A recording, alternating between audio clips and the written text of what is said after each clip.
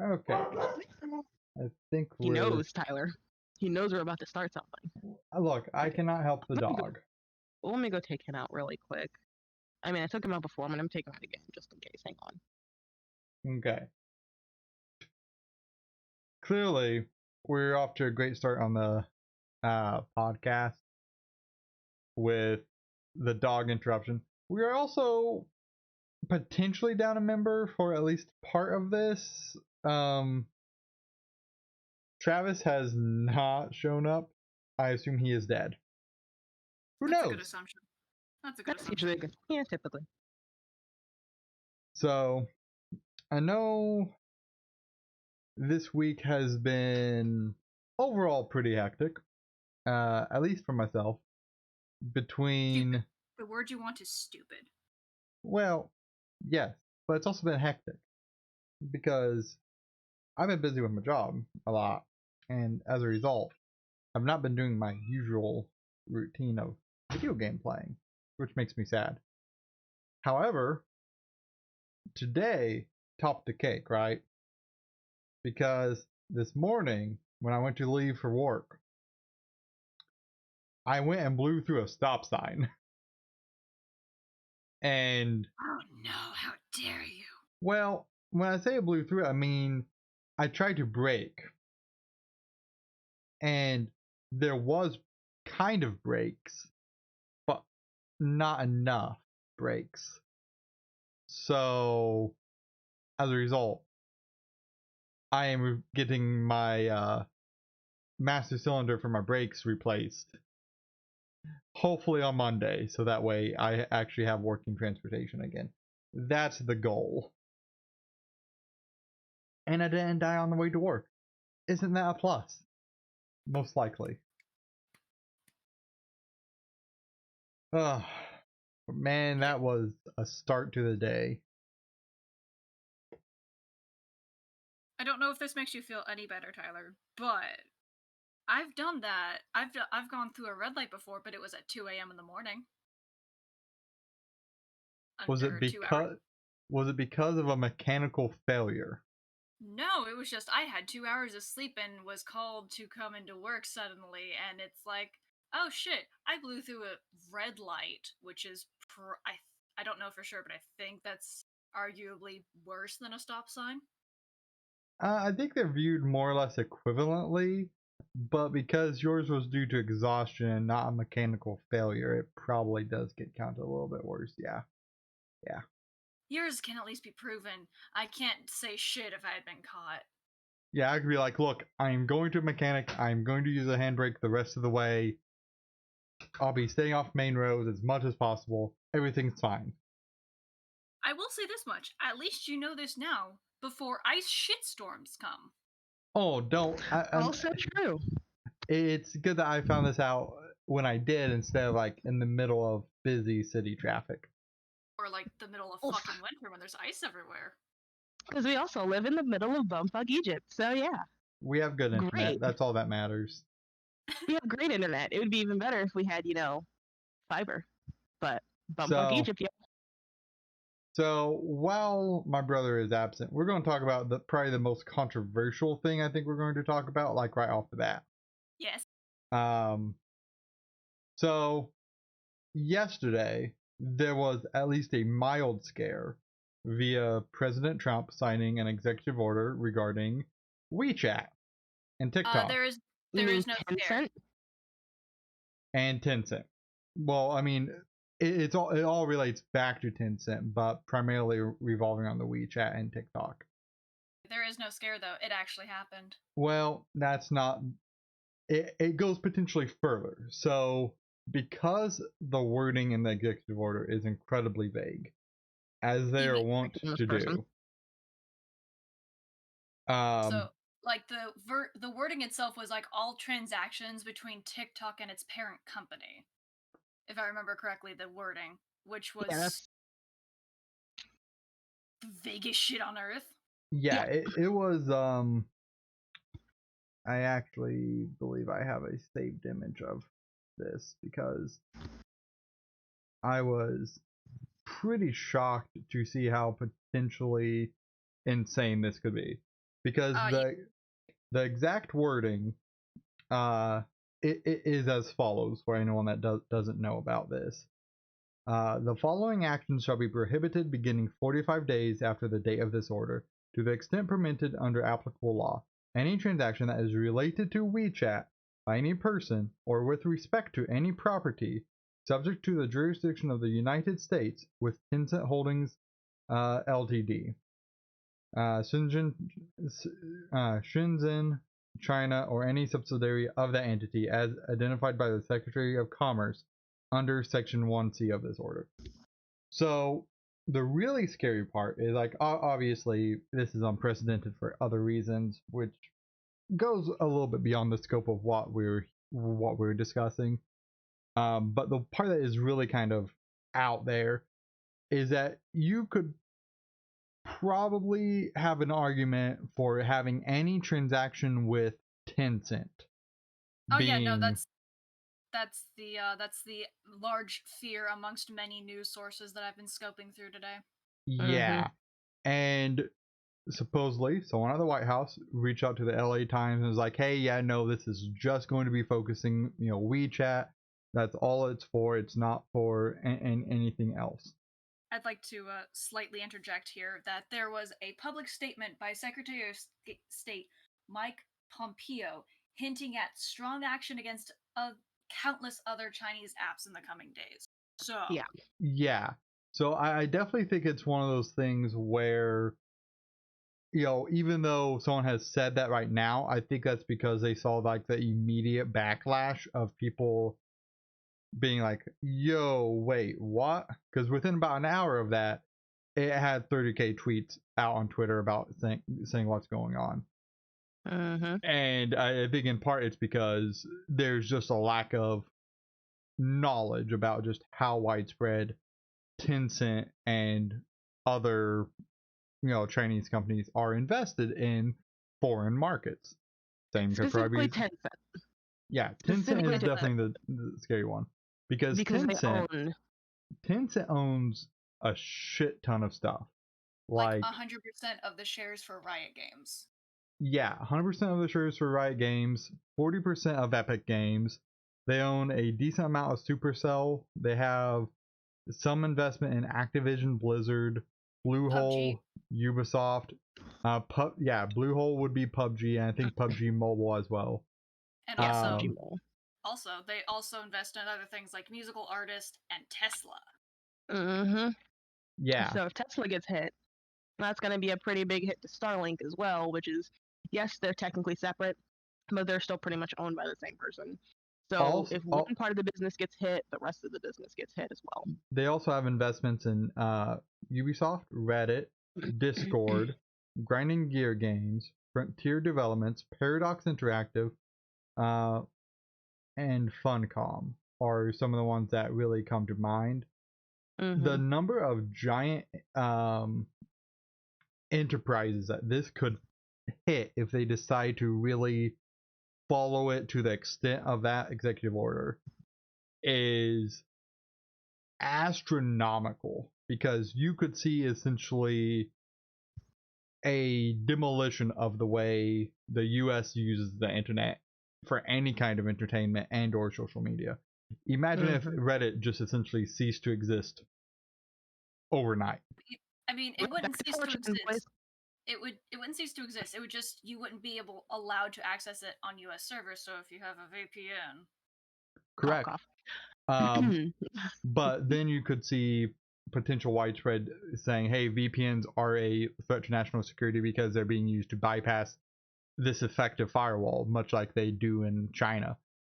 It is such a slippery slope towards like actually causing some major shit to go down that a lot of people are saying that this entire ban is a First Amendment right because you are limiting our freedom of speech, which, one of the things that people speculate on why Trump started banning TikTok and WeChat is because people are talking shit about him. Yeah, he can't ban Twitter because he talks just as much shit on Twitter, so he likes that website, but But that's just a common theory. But knowing who we have in the White House right now, it's a pretty easily understandable thing. Yeah, it's a super valid concern as a gamer of any kind of, especially like competitive based games. Esports, if that happens, if it fully goes through the way that we are fearing that it will, esports will change forever. Because I can tell you, while Overwatch is profitable, it's nowhere near as profitable as League of Legends is, esports wise. Oh yeah, no, absolutely not. You would see such a change in the atmosphere so rapidly that the ways around it is, if they decide to affect gaming companies in the coming weeks, before this leads up. Happen. Well, there could be quite a few lawsuits that if that falls through in that way, there could be a lot of lawsuits to hit the White House. Yes, they could get. Go ahead. I was gonna say, I imagine there's gonna be lawsuits anyway, even if it doesn't escalate. Yeah, that's true. You're going to see it get tied up in the courts for sure. It's going to be interesting though, because once it technically takes effect, and it will be interesting to see if they decide to arbitrarily enforce it on companies that own, like, that they have stock in, because part of that stock thing is, if Tencent decides to sell that stock, do they get any money for that? Like, how do you even begin to capitulate just how far reaching this ends up being when, you compare Sony's game revenue and Tencent's revenue? Like, Sony's revenue is like 10.9 billion, I think, and I think Tencent's is like 15.6 billion, is just how big they are. So it is a terrifying reality that we could be looking at. And I'm not going to say that Tencent being involved in all of these game companies is a good thing, because they say for sure.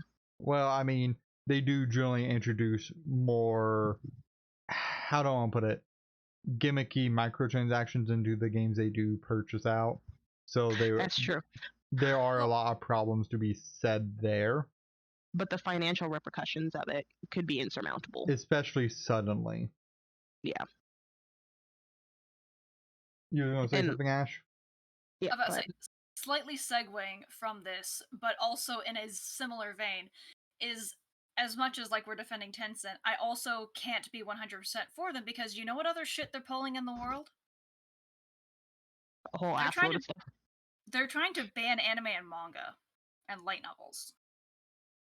Seriously? I didn't know that about Tencent. Yeah, this is something I just learned as of a couple days ago and looked into more today. This was a topic I wanted to discuss, because it actually has started to affect games, so it actually relates to this. But it started off in Australia, where some politician, whatever the fuck, some Karen, got really offended by some of the light novels that were in a bookstore. That's where it started. It's now spiraled to the fact of there's a Florida politician calling Dragon Ball Z porn and wanting to ban anime and light novels. Yeah, I remember hearing about that Dragon Ball comment. I'm gonna pause you on that thought. So, like, this politician must have the weirdest fucking kink on the planet to think of fighting anime is porn. Look, that scene where Krillin just gets, why is it? I mean, there's a bunch of people that just get fisted in it, though. I mean, yes, fists through holes or fists making new holes is a thing that happens frequently in that show. Yeah, and there's so much liquid goo afterwards. I mean, come on, that's really obscene. I mean, it's a mess. But if you want to start banning anime like that, you better start banning UFC. You better start banning WWE. Like, that's slippery slope. Not entirely what's exactly going on, at least not from the Tencent standpoint. Their standpoint, get ready for this, that anime and manga sexualize minors. To be fair, no, there is no to be fair because they are fictional characters. They are not real. Truth be told, American cinema has been doing that for ages. Yeah, I know, but literal ages. They're all like wide-eyed, young-looking anime girls. They're classifying them all as minors. Hatsune Miku, who is by canon a virtual person that does not exist anyway, is being called a child minor, and that nothing about her should be sold. So Amazon has now banned her figures. So there's that. I have to Google that like right now. That is a mess. Like, I mean, the fuck is going on? Because guess I'm going to the black market for my animation. No, I need to get a VPN. No, I'm looking at VPN myself because holy shit. Like, let me have my anime. That's one of the few things I knew this was gonna happen. Did I not say this last night when Trump came up with the whole banning thing that eventually someone was gonna try and come for anime? I fucking called this shit. But no, specifically why this relates to gaming and like the whole reason why I brought it up to tie it into the podcast since it's about gaming. Okay, 1 second, let me scroll through my notes because there was a visual novel game that was banned and taken off of Steam with no notice. I can't remember the fucking name because I'm bad at names. Whatever, I don't want to try to read through all my notes. It's like Bokuten, Why I Became an Angel. And admittedly, when I watched the trailer, it's pretty, it's a harem game. I expect there to be like ecchi, harem-y, usual type tropes. Whatever. But according to the game developers, they made an all ages appropriate version for Steam that got published in December. And then all of a sudden, as of like a couple weeks ago, it was just taken off with no notice, no warning, just an email afterwards saying, "Oh, you violated our community guidelines." Bullshit. To be fair, it did get reinstated back on Steam, but this should not have happened in the first place because not only were they approved, and Steam allows a bunch of other bullshit stuff on there anyway, like just search through any of the 18 plus games and there's a shitload of stupidity there. They allow broken ass games on there in the first place. God, broken games are a nightmare on Steam. But not to be fair, but to be honest, violence is a lot more accepted than sex is for whatever reason.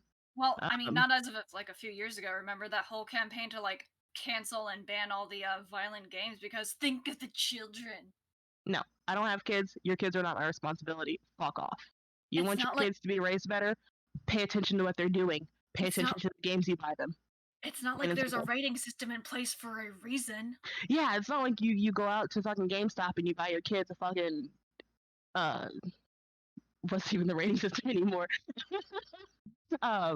Like a mature game, you let them play it and you see them shooting people and you're like, oh my god, I'm so offended. How dare they sell me this? Like, no. Your responsibility is to raise your kids. The media they watch is your responsibility, not anyone else's.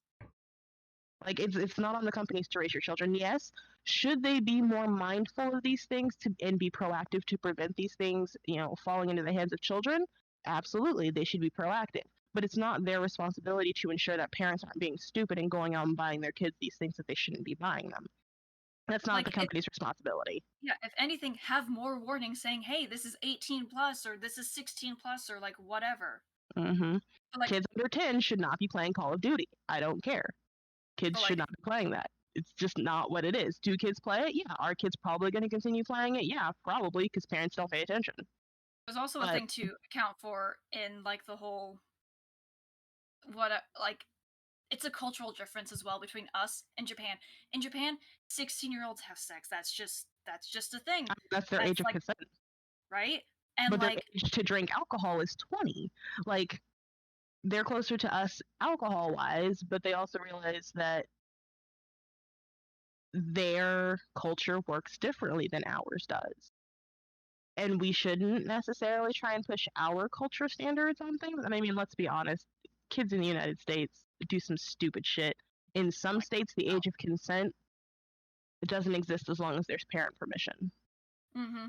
So, I mean, should that be fixed? Yeah, definitely. I think that absolutely should be fixed. But Yeah. it is what it is. You know, we can't push our values on another country when our values are so fucking skewed in the first place. Well, a lot of it is a matter of perspective. And you're going to have people that are always going to have this dislike for media that they don't understand and that they don't agree with. That's And fine, except they think everything is for them. That's the problem. And they should be able to consume everything as everyone else should, not understanding that not everything is made for them. Something that you need to understand is I'm not defending it. I'm just stating, you know, that's going to be a thing for as long as we are alive. Like, as people exist. And like, people are allowed to have their likes and dislikes, but that does not entitle you to try to change an entire industry based on what you fucking think or feel. Or, you know, an entire microculture, because anime, honestly, is becoming one of the biggest industries in the world right now. It is massive. Because it's fucking awesome. But you are going to see a lot more attempts to regulate it because of that. Because it is now becoming mainstream, you know, you're going to see a lot more attempts on that. People were trying to regulate it back before it became mainstream. Well, yes, but now constantly. But anything that garners more public attention will absolutely be under much heavier scrutiny.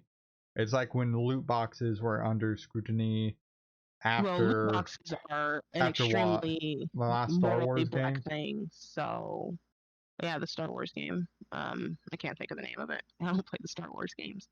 But those are kind of an entirely different subject altogether, because that's gambling. And it's not being labeled as such. It's not being regulated properly to prevent minors from getting yes, into it. You're absolutely right. But there's a difference between watching animated people get beat up and having kids spend their parents' savings on loot boxes because they want some soccer player in FIFA. Like, there's a massive difference between those two things. And I do get people are going to want to regulate one of them because there is absolutely a difference there. Media, but some of the danger is, like, you do have, you know, when you have imported culture like anime, you know, that does have some, how do I want to put it? Like, they do definitely have some things that are, I mean, it impacts the culture that they're coming into, yeah. Well, yes, but what I mean is like anime that have really strong fan service that may involve borderline abuse or even abuse in some cases, you know, stuff like that. It needs to be regulated as such. Like, if you're on Funimation or, you know, Netflix or Hulu, I'm not talking about Verve, because Verve is a very specific, Verve and Crunchyroll are very specific. They are just anime and specific. I mean, yes, Verve has a bunch of other stuff, but for the most part, it is for anime. And it's not going to have quite as much regulation on it.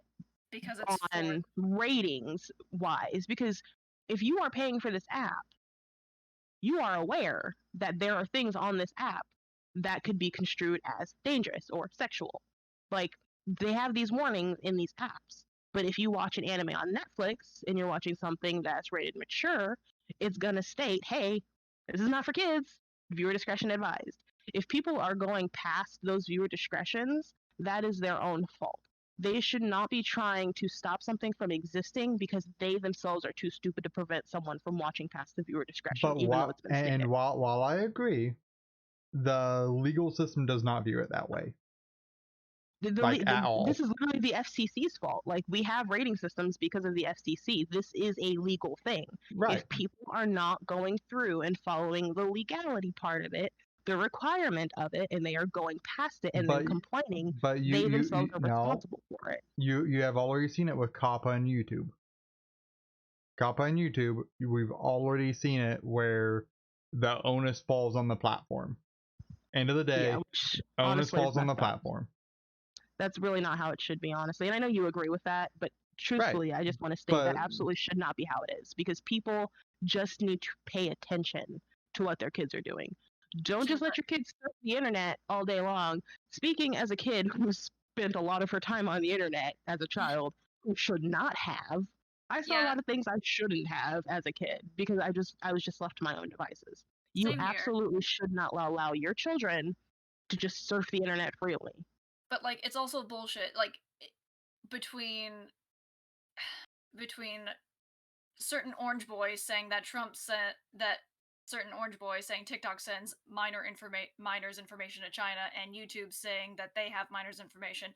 The terms of service literally state 13 years or older because of COPPA. Yeah, so you cannot have an account unless you're 13 years or older. Right, and you know what? If children lie about their age, that's not the platform's fault. Not unless you want to give them more permission to gain more information about all of their users, which no one seems to want. Well, right, so and I mean that's part of the problem, though, right? You know, you can't validate their age. Someone could be, 11 and lie and say they're 13. I see it all the time in YouTube comments, whether or not they're lying. They're like, "Well, I'm 9 years old and I get to watch this stuff all the time." You should not be on the internet, kidlet. You should not be on the internet, not unsupervised. But here's the thing: it's impossible to supervise internet access 100% of the time, especially in this connected world. But here's the thing, though. Absolutely right. But here's the thing, though. Ways. It's a terms of service, meaning technically this should be a legal contract that you technically agreed to when you sign up for the service. Breaking that normally when you break a contract, you're the one who gets sued, and yet YouTube is the one that got punished because. But here's the issue: a minor cannot sign a contract. That's a problem. As far as the law is concerned, a minor is not legally obligated by contracts, and especially not a minor under 13. You can't go and say, hey, this person who is under 13 gained access to this and as such is permanently scarred. It's their fault. They gotta deal with the consequences for the rest of their life. But then that would be the parents' fault. Yeah, that would be the parents' fault of the parents for them not supervising their children. The fault lies with the parents if the children falls off the fucking bike. So what happens? What happens at that point if you are given a device via school and you access something that you are not supposed to? That's responsibilities. Even if your school. Even if the school has. So, but it's not that different from let's follow this train a little bit, because YouTube is providing that service. It's the same as providing a device. It is providing access to a thing. No, because YouTube can actually be banned off of devices. Yeah, like YouTube can be removed from devices. Access can be blocked to an extent.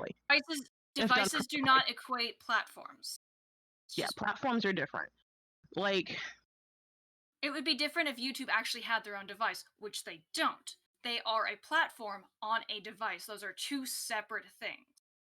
So at what point if the liability then fell to all the schools, you would essentially, and I know this is a bit of a hammer blow to like how we do like modern stuff in the world, like you would honestly have to eliminate all digital devices outside of a school system, because there is no way to police those devices in a manner that is effective and safe for minors.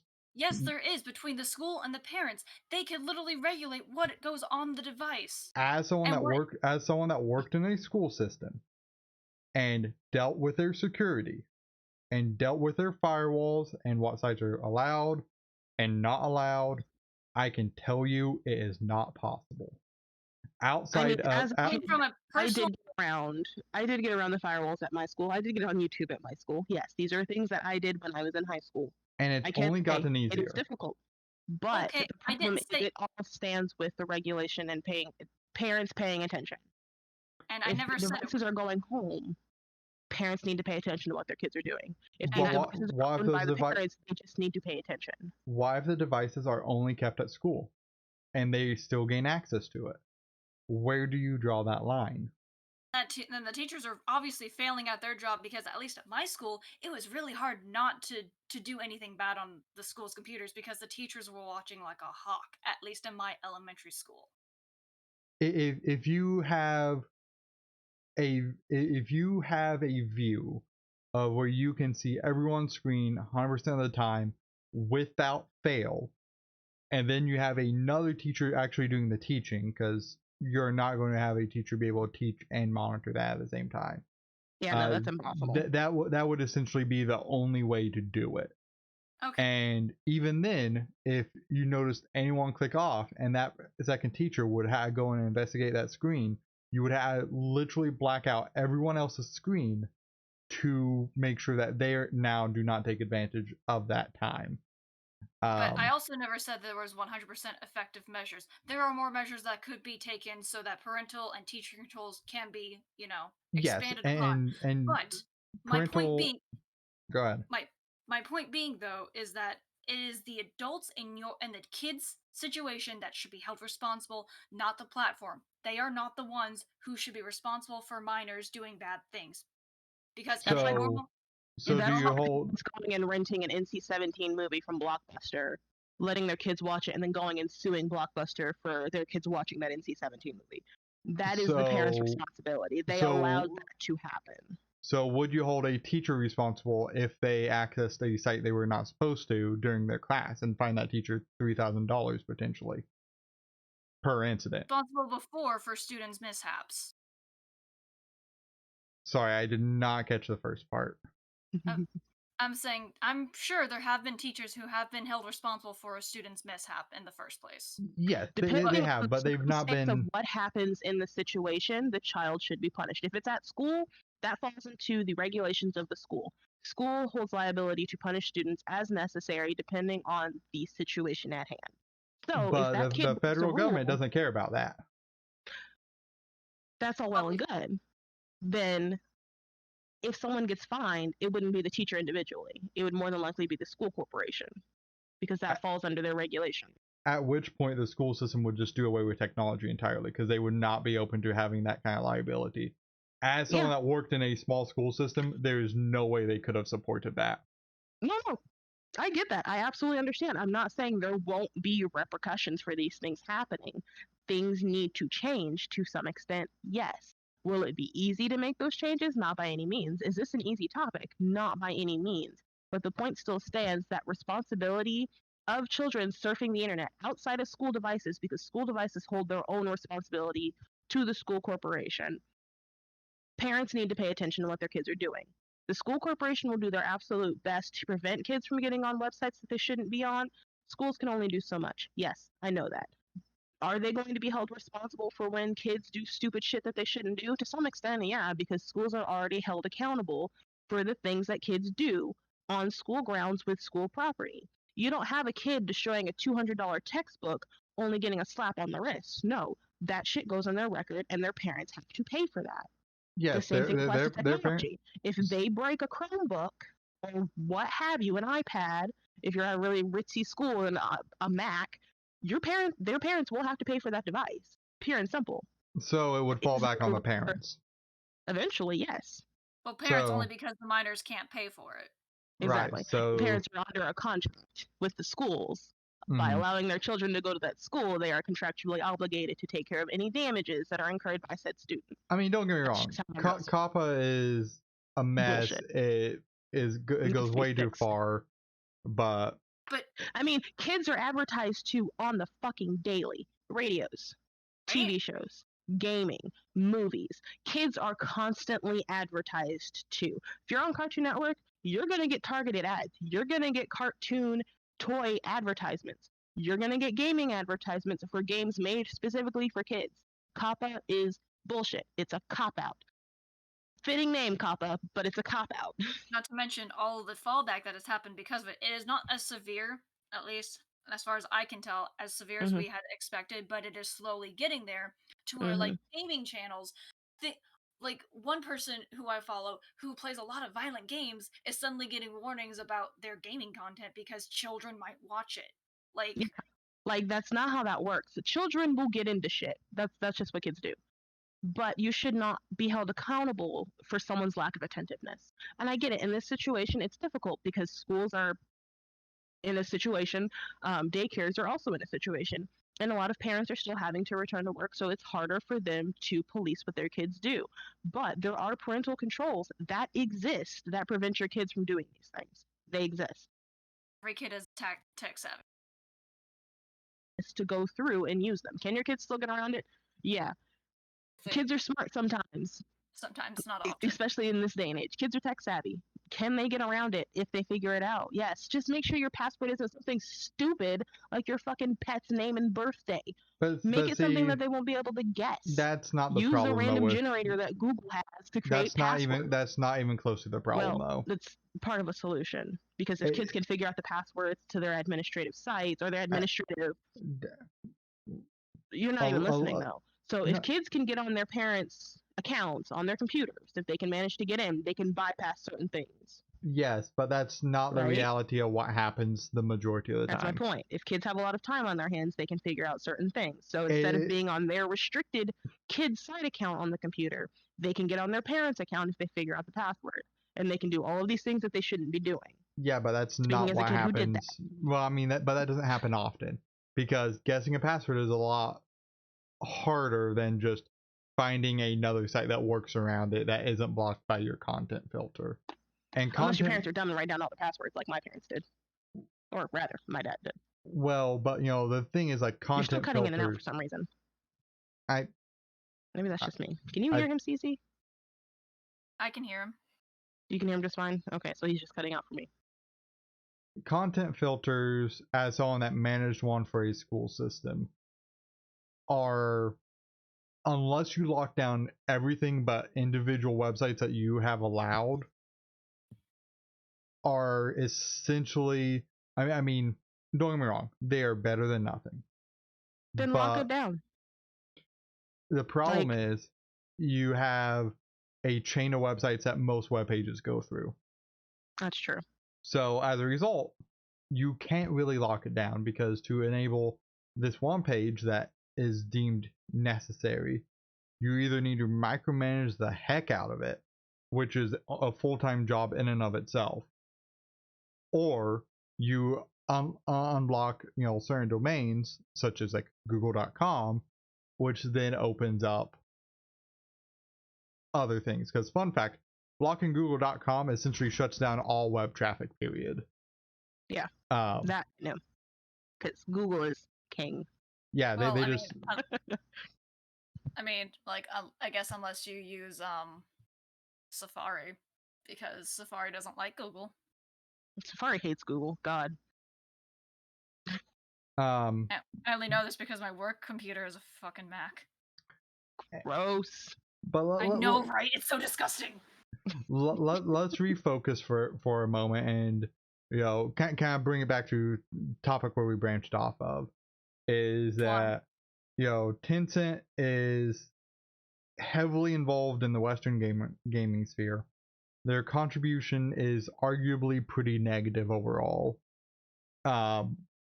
But if this ends up being used as a weapon against them in the gaming sphere to try to force their hands more, this is not the way that it should be handled, and that the repercussions could be incredibly vast. Now, going off of that, Blizzard is having a fun week. Blizzard can get fucked. Well, I mean, they might be. Get fucked, yeah, no.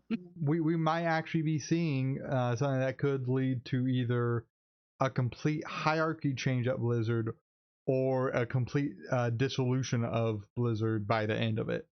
So recently, a bunch of Blizzard staff decided to start a spreadsheet comparing all of their salaries.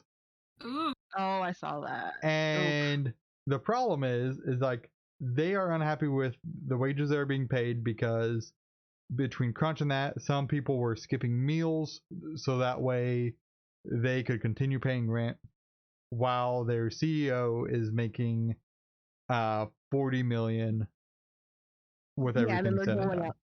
doling out deals to new execs and things for somewhere around that amount. Yeah, and yeah.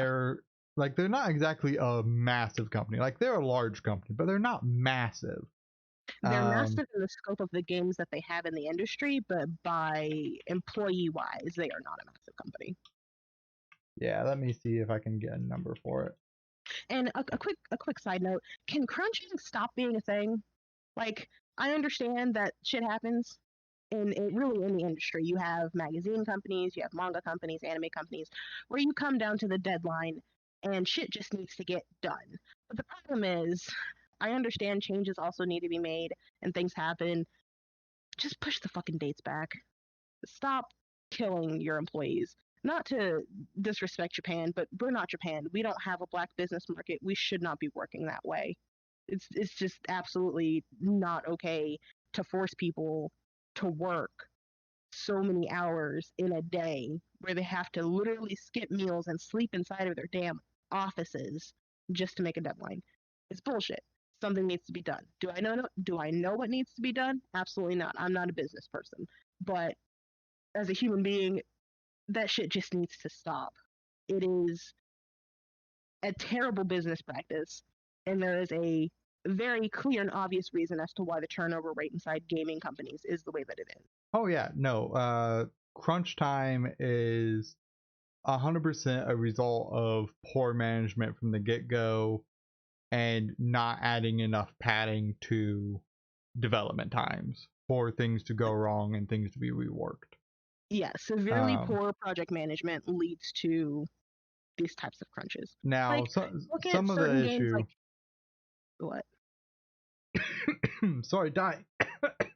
Okay, well, I'm going to continue while you die then.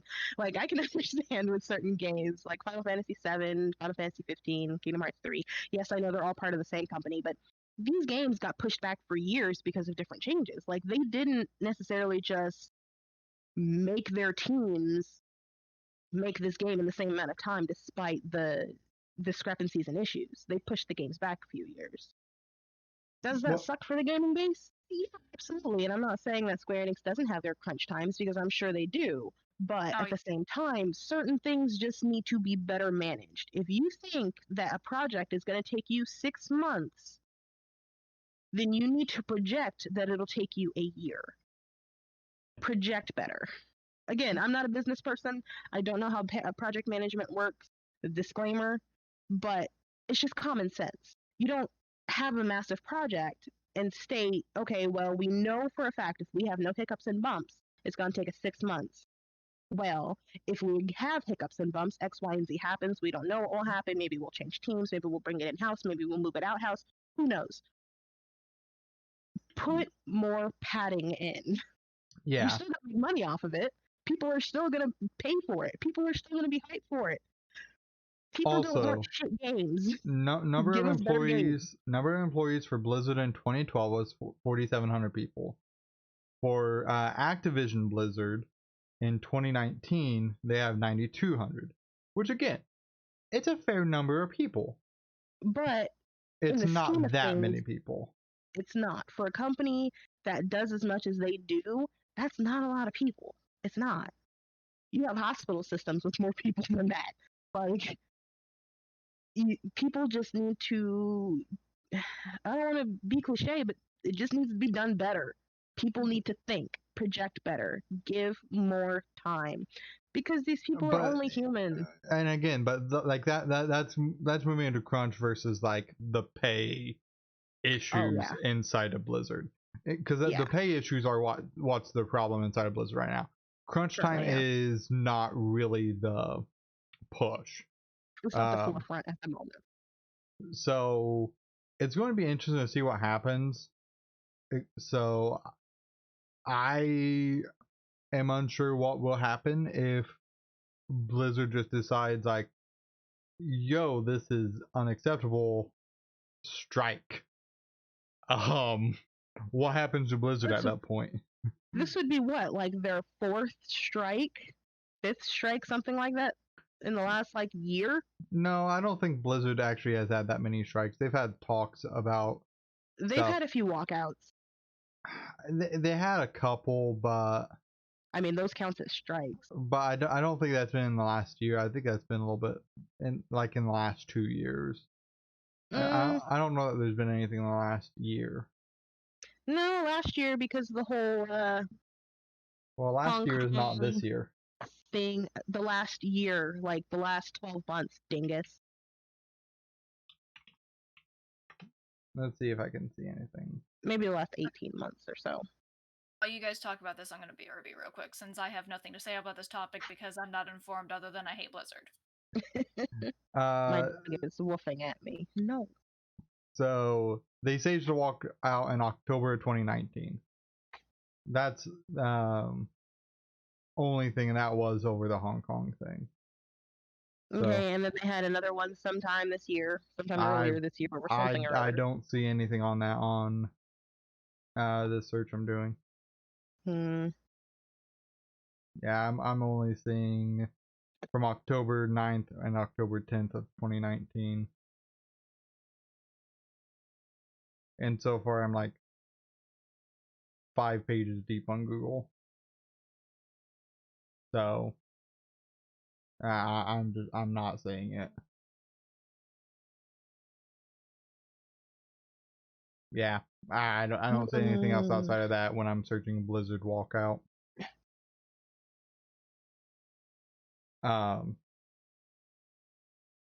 But yeah, it's going to be interesting to see how Blizzard will end up responding to that. I know that was a big conversation at the beginning of this week and has kind of fallen off towards the end of this week. But is what it is. Either way, it's a mess and a half, and Blizzard's kind of going to be in for it. They've messed up a lot over the last few years.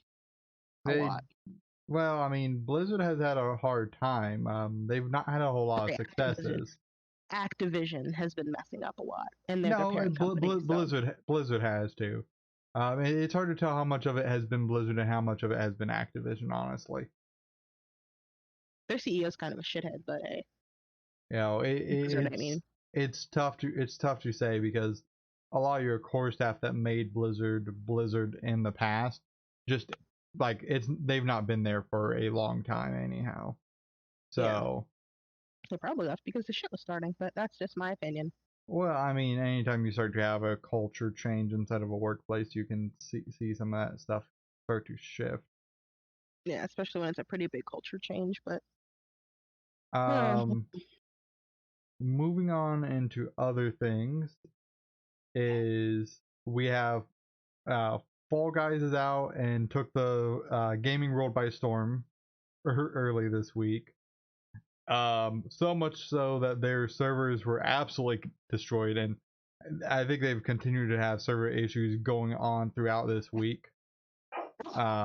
Which honestly, for what I would consider an indie game, very, very strongly, is not unexpected, right?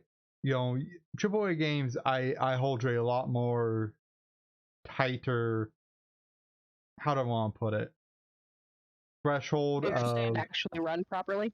Yeah, like AAA game companies have a greater obligation to be prepared for that sort of thing, whereas like an indie dev, you're not going to have any indie dev that has the expectation that their game is going to have 100,000 people on launch day and that they'll all be playing like at the same time. You're not going to have that. Like, you were playing like what, half an hour after it launched, and it was already interesting enough. Yeah, I was playing. I played for the first 2 hours after launch, and about an hour and a half in, they had 50,000 people on Steam alone that were playing this game.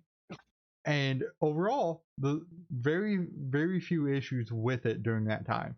Towards the end, I did get, I think, 2 or 3 server issues before trying to join into a game, but that was really all I ever had with it. And then it looks like a lot of fun though, despite the server issues. Like, it's still relatively popular. It looks like a lot of fun. Its player base is absolutely absurd. I would not be able to play the game.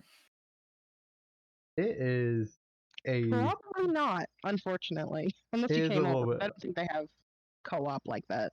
Oh no, that's not what I meant. I'm more of like a just watching Tyler play it. I just felt so frustrated, partly from Uh, his gameplay, but also partly because I just suck.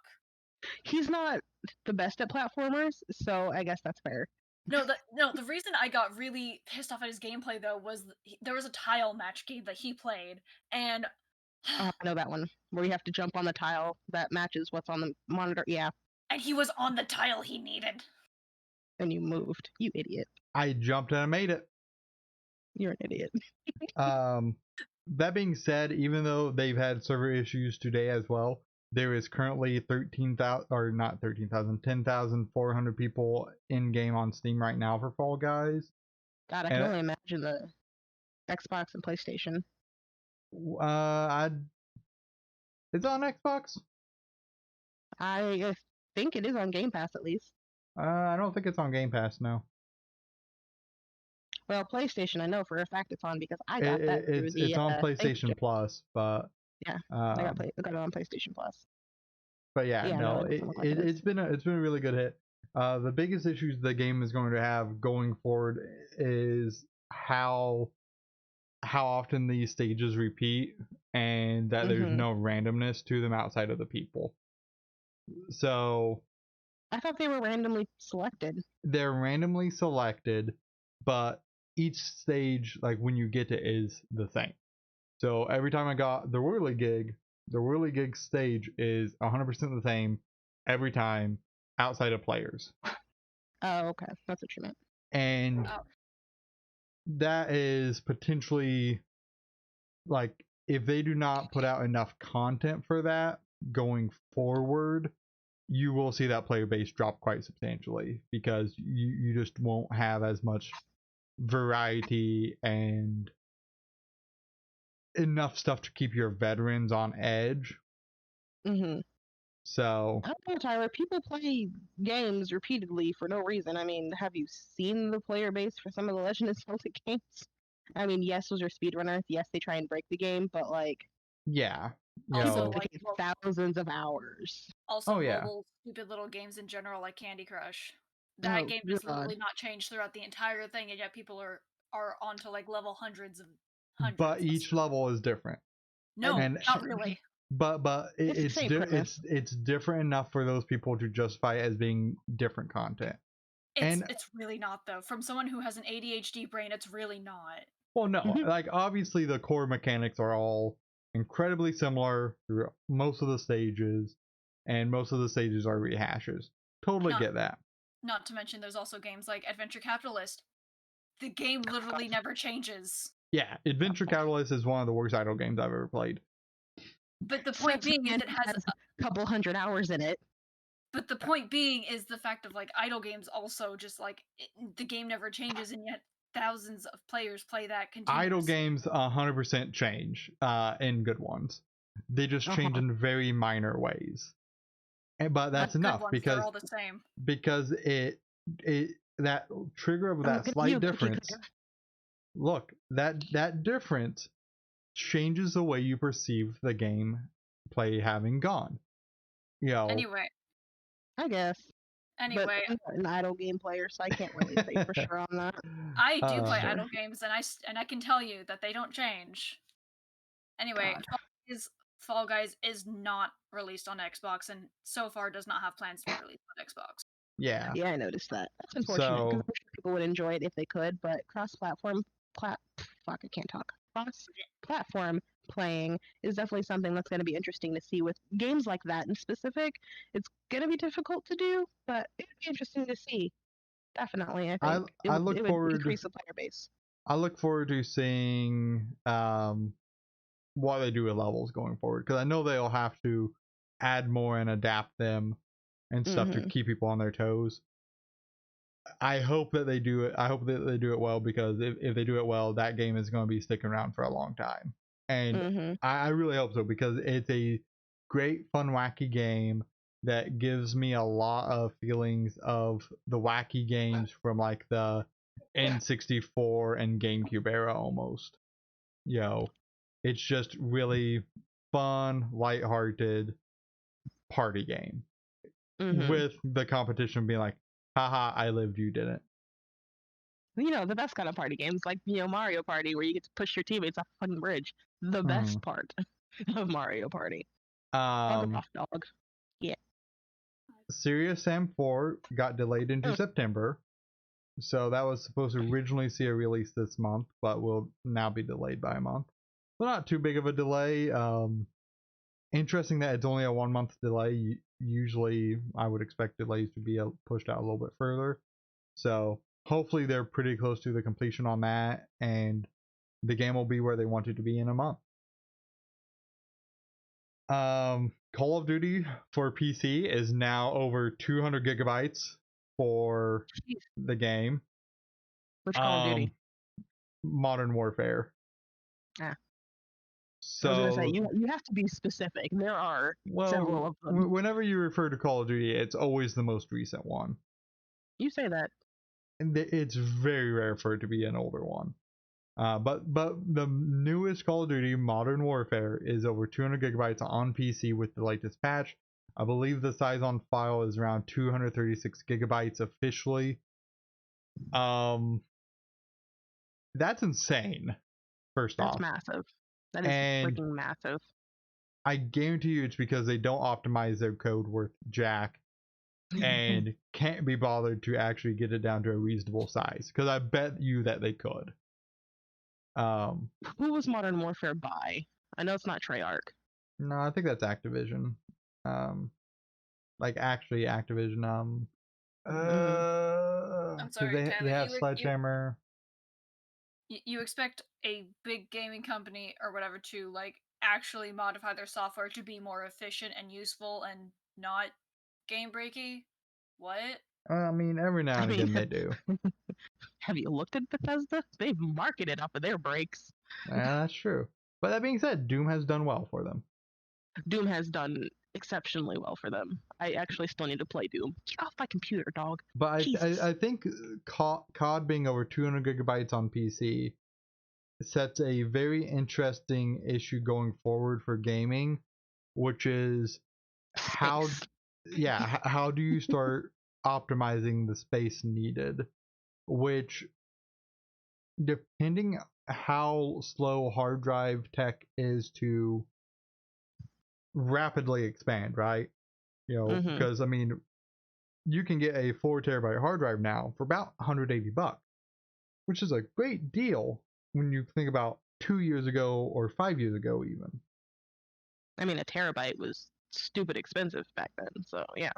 Well, yeah, I mean, you know, it's going to be interesting to see if hard drives can keep up, because they're reaching the limits of like what they physically can kind of do without some kind of new tech popping up. Yeah. Because even with your super large hard drives, you start getting overlapping issues, which then mess with your read write speeds when you're hitting files in different locations and stuff like that. I think it's called like shingling or something like that. It's going to be really interesting, because right now, on an average 1 terabyte hard drive, that means you can do 2, maybe 3 games, if games started to be 200 gigabytes on average. Yeah. Which honestly is reminiscent, I think, of your older school video game days, where people had to start figuring out how to save space so that way people... Memory cards. Well, That's what you're going for. Memory cards. It's not even just memory cards, but just like graphical shortcuts to save on memory on disk. Oh, yeah. You know, texture storage stuff is going to have to change if hard drives don't keep up. Now, as I said, COD is obviously probably one of the worst offenders on it, but even most AAA games or even larger games, you know, it's not unusual to see them get between 40 to 80 gigabytes, which is quite substantial. So it's going to be interesting for games going forward. I hope that hard drive tech can keep up, but I think it's also important for game devs and development houses to actually start being aware of that and holding themselves to account, right? Mm-hmm. It also doesn't help. Oh, go ahead. I was gonna say game companies holding themselves to accountability. That's cute. I know, right? But it also doesn't help that as technology progresses, a lot of people are like, "Ooh, better graphics, better graphics, better graphics, better graphics," and it's like, you don't Better graphics are need it, good, but give me a good game to play. right? Give me good gameplay. You don't need the better graphics. Like, You need good writers. you I'm need looking good at you, Call of Duty. But see, no one plays Call of Duty for the campaign. Look here, Ghosts was amazing, and you can bite me. I will fight anyone who says that the Ghost campaign was bad. You can all line up outside my house, and we'll throw blows. So, like, would you fight me? Because I have no idea what's going on, but I'll just say an argument just to get you to fight me. I know you would. You would probably just get a pat on the head and a cookie. All right, I accept it. Anyhow, let's see. Spider-Man exclusivity. Spider-Man. Look, So man. for that Marvel Avengers game, and Get off my computer. This has obviously been talked about to, you know, hell and high water. But Spider-Man is going to be a PS4/5 exclusive for that Marvel You mean Miles Avengers Morales? Game. Oh, no, never mind. Okay, no. So like legit, like the legit, Spider-Man character himself. legit the character for the Marvel's Avenger game that is coming out to Xbox and PC as well. It's going to be a PS4 exclusive with no exclusive characters on other consoles. I mean, to be fair, Sony does own Spider-Man. They own the rights. They own the movie rights. They do not own the game rights. That's true. But then again, Sony did make a pretty fucking amazing Spider-Man game. I mean, it doesn't excuse the exclusivity. It doesn't. I'm not saying that it does. But damn, that Spider-Man game was good. But that is a contingency point. Kind of a shit move. Absolutely. Yeah, it sets a really bad precedent in my opinion, because like if it's a temporary exclusivity thing, that would be easier to deal with. But I mean, it may end up being a temporary thing because the backlash may be so heated that they may just decide. I don't think there's a chance it's temporary. I guarantee Sony has thrown them enough money that Probably. it's a permanent exclusivity for PS4. I could see that. Also, they will get month-long exclusive access to an emo outfit takedown and nameplate. And also PS Plus subscribers will get a bundle for every hero that has an outfit, nameplate, and 100 credits to spend as well. Holy shit. That's impressive. Kind of fucked up, but impressive as a PlayStation user. So Sony has really doubled down on that exclusivity for this game. My thoughts on it are pretty much as follows. Core gameplay features, such as playable characters, outside of first-party IPs, should probably not be exclusive. Yeah. And in the case of Spider-Man, even though Sony owns the movie rights to him, and I'm sure there was probably some other rights stuff going on in the background as well, for a Avengers-based game, which does have Spider-Man in it, I think having him be an exclusive character for PlayStation is a slap in the face for your consumers and for anyone that does not own a PlayStation and would otherwise be buying this game. Because because he's coming out in like, I don't know, 6 months to a year after launch or something like that. Yeah, I think is what the time frame was. And Spider-Man is one of the most popular comic book characters in the entire world. Well, right. But I mean, you know, he's coming out a later date. And, you know, so people are like, you know, it's not a big deal. But the bigger issue is that if we have no way of knowing if it was already planned content or not. For all we know, it was planned to be put into the game. Sony heard about it. It's like, hey, we'll pay you X amount of money to remove it from these other versions. and have that be that. And I think it plays back onto like one of the core negative conversation pieces around microtransactions, which is how do you know when a game company has purposely removed or made content more difficult or unbalanced around the idea of you making up microtransaction? You know, I can understand the argument there. You've seen, you know, alternate costumes go away in so many games. You've seen cheat code stuff go away in so many games in, you know, favor of, hey, gain, you know, X amount of levels for spending real money, or hey, buy all these cosmetic costumes, you know, that are. You've also seen a lot of game content just in general. You get a half-made game that you have to wait a year for the rest of the content for. Yeah, I mean, some of it is. It all started with DLC. It definitely did start with DLC, and it'll be interesting to see how like the gaming market continues to adapt to it.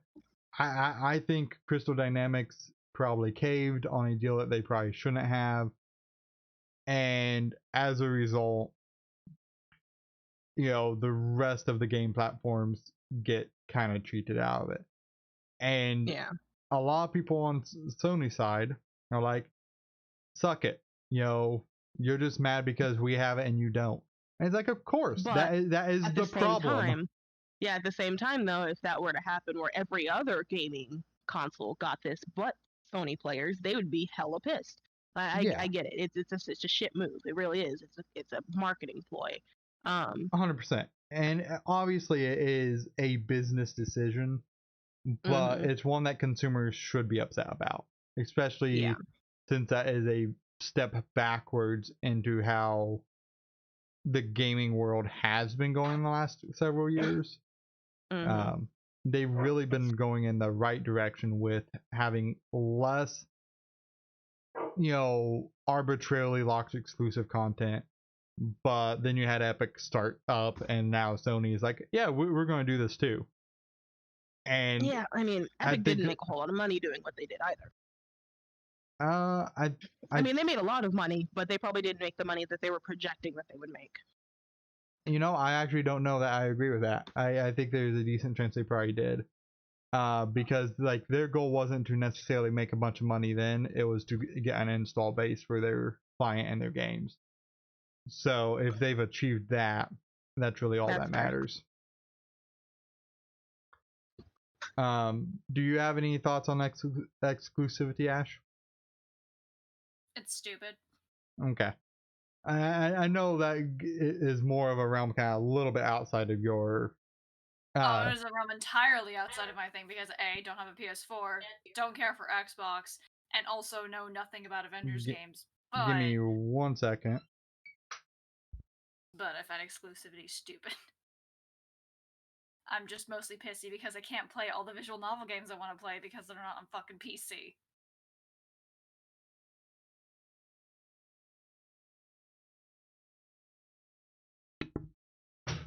Okay, sorry about that. My dad is here and dropping off keys, so Bree has went to meet him to collect them. You're fine. Anyway, what I was saying is that exclusivity is stupid, but I'm mostly pissed about it from a selfish standpoint of the fact of I can't play all the visual novel games I want to play because they're not released on PC, whether or not I can understand them because they're in Japanese.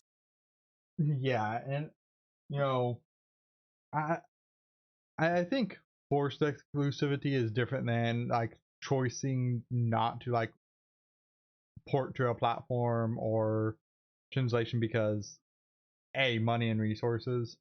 But I think they're both exclusivity regardless of the reasons behind it, and it's still stupid. It still sucks. But I also understand that, you know, companies have limited capital. Now, if it's like, hey, a company's like, hey, you've already made most of this game, but tell you what, we'll pay you X amount of money to keep it on this thing. That's where I have more of an issue. But like, here's the thing. Not that I'm saying for companies, but here's the thing: they're morally corrupt anyway because money. Well, yeah, they absolutely can be. I definitely don't think all are, but you do have a lot that tread that ground quite proudly. You absolutely do. We're talking about like high-end names and Sony here. Yeah, most of them I would absolutely agree with. There's a couple that I would probably say isn't. Obsidian comes to mind. I mean, like, I know like a couple of like indie developy areas that aren't like greedy for money, but I'm talking about like higher end stuff. Yeah. Well, Like I would argue Obsidian is relatively higher end, and that they I don't know who stayed pretty Obsidian true. is, like, so I don't know. They are the ones that did games like The Outer Worlds, Fallout New Vegas, and the Pillars of Eternity games. So I've heard of one of those and know nothing about it. yeah, they're specific niche games, so kind of, they're not super massive, but they are whatever. Except for frickin' Kingdom Hearts, I found that I play a lot of indie things. I play a lot of niche titles, obviously, but I also do a lot of like first party and first, third, and AAA titles. I don't, because they're either shooters, esports, racing, or just games I can't play in general. Yeah, I mean that's a fair issue to have. I think that covers the exclusivity topic. I hope that enough people just decide not to support it on other platforms and don't just support it on PS4, but it depends on if it's a good game. If it's a good game, people are going to buy it regardless. And even if it's not a good game, people might still just buy it regardless because... I mean, Marvel hype. I don't give a shit. Like, I may like the MCU, but that's about where I draw the line. So Dr. Disrespect is streaming on YouTube now. So that's a thing. We still have no idea. We still have no idea why Twitch banned him and if it was justified or not. We currently have no idea. Yeah, there's still no information on it whatsoever from either side.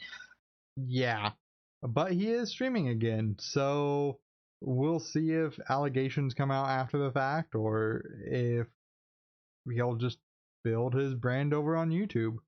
And if that ends up being a successful move for him, it's very hard to say at this point.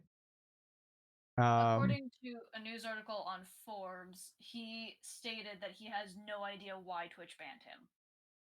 Yeah, he says that he got an email that stated that he was banned or that he broke some kind of terms of service and that he was banned. But he supposedly hadn't received any other correspondence stating as why he was banned. He didn't receive any prior emails or warnings. That's what's being alleged. Like, I hate when companies do this. They're like, oh, you broke our terms of service, but they won't tell you what you broke so you could fix it. Yep. Yeah, there's a ton of conspiracies about him and Twitch right now. Especially since his banning came right after the advent of all of those accusations coming out against YouTubers and streamers. So we can only speculate, but speculation can be dangerous. So I would say there's 100% lawyers involved that have been involved or are currently still involved. I think that it is interesting that it also follows Mixer getting shut down as well, which again happened in the midst of all of that allegation stuff that was coming out. And as a result, you have you could potentially have a thing where he may have a case for litigation for loss of income. Oh yeah, potentially, majorly so, especially if it was done without any prior warning. And especially if it voided his contract that he had with Twitch for exclusivity, because one of the thoughts is that he got banned because, what was it, Ninja and Shroud Yeah, I think were so. released from their exclusivity deals, and possibly Twitch was feeling a little embarrassed about having an exclusivity deal with him now. So potentially they were trying to get out of paying him money he was owed. It's hard to say. I would think that to cause yourself that much press over that would seem silly, but Twitch is so back and forth on how they enforce some of their issues, so it could definitely be a thing. Like, I've heard tale before, like, beside Dr. Disrespect, of like a couple of other like smaller streamers getting banned for no reason other than allegedly, like, for a couple of girls, like them not showing their tits, and so people complained about them and Twitch banned them. Yeah, there's definitely some issues with Twitch on that. They need to do better, and they need to be more transparent, which they started to do and then immediately clammed up about right after. So who knows what they're going to do. Coward. They definitely can be, and hopefully at some point they step up their game and release a big update on it, because obviously some of it you absolutely have follow-up that is going on from a legal side of it that gets a lot messier. So See, it's illegal. yeah. Master Chief Collection will get crossplay in 2020, so PC players will be able to play with Xbox players. That's going to be interesting to see how that impacts the Xbox community, especially with the accessibility of keyboard and mouse. If I think it's going to really be an interesting scenario, because you have crossplay with things like Rocket League and that's fine, and some other games, but precision shooters, well, semi-precision shooters, I guess, is really where keyboard and mouse shines. I have a hard time imagining it's not going to impact the Xbox player base in a potentially negative fashion. But it will increase the player base, so that's good, and hopefully people adapt to it and the game continues to thrive even with the launch of Halo Infinite coming out later this year. Blasphemous gets a fair amount of new DLC with a new difficulty mode that also includes new story content and has 5 additional bosses involved with it, with a host of UI and quality of life changes that take effect, as well as, I think, in regards to the map and custom markers that you can set. So yeah, Blasphemous is a good game. Yeah, I haven't seen it on it though. And any Metroidvania that you can set your own custom markers for where you need to go for stuff, I'm all about that. There are so many times I forget where I'm like, this thing is suspicious. I should go back here. And it's just not marked in any other way. I'm like, man, I wish I remembered why I wanted to go back there. And man, well, I hope that's in the right place. To be fair, you do have the memory span of a squirrel in the springtime. Listen here. My memory is not that bad. You sure about that? My short-term memory is that bad. My long-term memory is not. If your short-term memory is bad, your long-term memory is bad. That's not true. You're not going to remember it long-term. That is not true. That is lies and slander. Short-term gets moved into long-term, you dingus. That's how brains work. But ultimately, that's not accurate for me. My long-term memory is pretty good. You're full of shit. No, I'm not. You're full of shit. Pikmin 3 Deluxe Edition comes out October 30th for the Switch. Pikmin, my people, they have risen.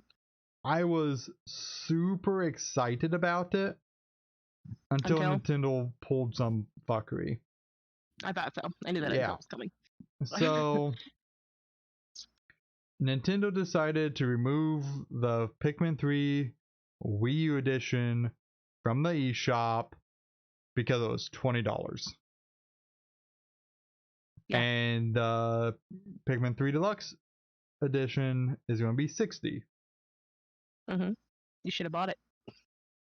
Well, I don't think it would have helped because if Nintendo pulls it from their electronic store, chances are they wiped out the entire game data itself. Like when they wiped the entire Wii store, even if you had the games downloaded, it didn't matter. You couldn't play it. Yeah. Really? I didn't know that. Yeah, that was a thing that happened with the Wii. Interesting. So like even if I wanted to go online and like update my Just Dance game, I can't. I can't get any songs for it because there theoretically shouldn't be anything left. Yeah, so I think that's an incredibly crummy practice on Nintendo's part. I get that the game is cheaper than you would like it to be, and that potentially people will buy that instead. But like, come if you on, knew guys. You were going to update it, why put it there in the first place? Well, I mean, they had no idea they were going to update it when they put it out there in the first place. That's part of the problem. But you know, when you have games available on a platform outside of some serious liability coming up in regards to that, I believe they should stay on the platform. There is not a good reason to remove it, especially just so that way it doesn't compete with your new game that is coming out, you know, for a different price. I think that's super cruddy, and I'll probably buy Pikmin 3 at some point now, but I don't think I'm going to buy it at launch like I was going to, which is unfortunate because I enjoyed playing Pikmin 1 and 2. I was not good at either of them, but man, did I enjoy it. Here's a question for you, Tyler. Is it going to be on the online store, or is there going to be a physical copy of this game? Both. Okay, so here's what you do. You wait until someone sells it at a resale shop and buy it from them so you don't give your money directly to Nintendo. I absolutely could do that. And I might. There's almost a guarantee that that game is going to be resold because almost every game is always resold. Oh yeah, I mean it will definitely be resold at some point. But yeah, I do hope that they'll make a Pikmin 4 if this sells well. I hope that maybe there's a Pikmin 4 already in the works. That is not a 3DS game, because I think the whole Pikmin universe and the Pikmin idea is great. I love controlling an army and then, you know, destroying and capturing things. It's half the fun. Super bad at the first two games though. So bad, and so many deaths. So Look, many dead Super Pikmin. Mario, I know you're terrible at games like that. Yeah, but platformers and just you wiped out my lives. I will never forgive you for that. Look, there's just so many times where I've lost, you know, 100 Pikmin in a day, and it's sad because they're You're dead. a terrible commander. You know, you're terrible. With Pikmin, I really am. Murdering my people like that, you should be ashamed of yourself. To be fair, they got themselves murdered. You murdered them because you're a terrible leader. They weren't good enough. You're awful. Anyway, speaking of games that I'm excited for, one in specific has a very good and fitting name. Crash Bandicoot 4 is coming out October 8th, I believe. I'm sorry, October 2nd. It's called Crash Bandicoot 4. It's about time. It actually looks extremely interesting. It looks like it's going to be a lot of fun. I watched the state of play for PlayStation yesterday, day before, something like that. And it like 2 looks days ago. Absolutely fascinating, yes. And truth be told, I haven't played a Crash Bandicoot game in years. Yes, I haven't played any of the remakes. The last one I played, I think, was like the trilogy on PlayStation 2. Loved those games. And I am super, super, super excited about 4 coming out as soon as it is. Especially since we heard literally nothing about it. And then they're just like, hey guys, new game coming out. We're like, oh shit, that's great. Let's see. Genshin Impact looks amazing. In my personal opinion, because I haven't really done any research on it aside from looking at the trailer, it kind of looks like a little bit reminiscent of Breath of the Wild art style wise. It looks like it's going to be an open world game. Let's see, open world RPG. Yeah. So it's going to be coming out this year. It's a PlayStation 4 game. It looks phenomenal. You have multiple characters that you can play as. The enemies look really interesting. But the one thing that gets me the most is the fact that it looks so reminiscent of Breath of the Wild. Art style wise, game style wise. I'm not saying combat wise. I didn't personally see a whole lot combat wise in the trailer. There was some stuff, but nothing um, too specific, I guess. But that also looks like it'll be absolutely amazing. That one is also coming out this year, this fall. I don't know if they had a specific date for it. Let me see. That might be a game that you might be interested in if you ever got out of your damn room and played on the PlayStation 4, Tyler. But I okay, yeah, don't no play on specific consoles much. date. No specific date as of right now, but it does look absolutely phenomenal, and I would suggest that you look into it because I think it might be something you'd like. Bug Snacks. That game is honestly concerning, but now that we have a bit more information on it, it seems to be more of like a village building kind of game. Not necessarily Animal Crossing esque, but somewhere along those lines with puzzle aspects to it that looks actually legitimately interesting and might be something that I'd like to play in the future. Fun fact, it's actually made by the same people who made Octodad, hence as to why it's so damn weird. Oh, that's lovely. Yeah, it looks really interesting. Another PlayStation 5 game coming out that I think looks fucking gorgeous. It's from the creators of Abzu. It's called The Pathless. And that game is extremely interesting. It's archery based. So the main character is a hunter. She runs through the world trying to reignite these pillars of light to fight back these evil shadows. And the way that she traverses across the landscape is by firing arrows and hitting these specific targets. Now, it's not necessarily like aim based, like most shooting based games are. It's more of you hold down a targeting button and you can automatically fire at certain targets, and it increases your dash meter so you can move across the land quickly. You have an eagle that allows you to fly through certain areas, and the art style is really, really beautiful. It really drew me in. Um, Typically, I don't go for art style in games. Honestly, I really don't. But that game is absolutely gorgeous, and that is a game I would really like to play in the future. They're bringing the Pedestrian to PlayStation 4 sometime in January, and then see, Aeon Must Die is another game. It looks to be like a fighting game kind of situation. I don't know if Oh it's God, existed I before, I know where I've heard that. but it looks No, actually really no, interesting. Aeon Must Die is a problem right now. No, like, Is it? yeah, there's a major shit show happening with it. Oh God. Um, they had the trailer done by a third party. There's currently an IP claim on it, and I'm pretty sure like half of the dev team, if not the entire dev team, has quit working. Let me see. Jesus. Like the game looks good. That's unfortunate. That's really unfortunate.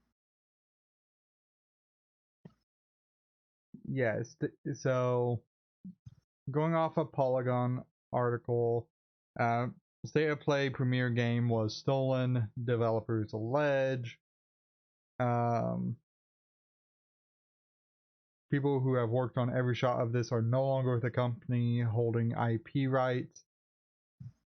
Some were not even paid for their work. Statement links were posted in a Dropbox folder made by 8 workers who left Estonia-based Limestone Games in June, including the former chief creative officer Alexei Nehorshkin. I butchered that name. Yeah, it's a massive dumpster fire right now. Oh God, that's terrible to learn, especially right after a state of play. But like, at Yeah, least we got it. At least we got that information right off the bat, rather than having to hear about it once the game was being sold. yeah.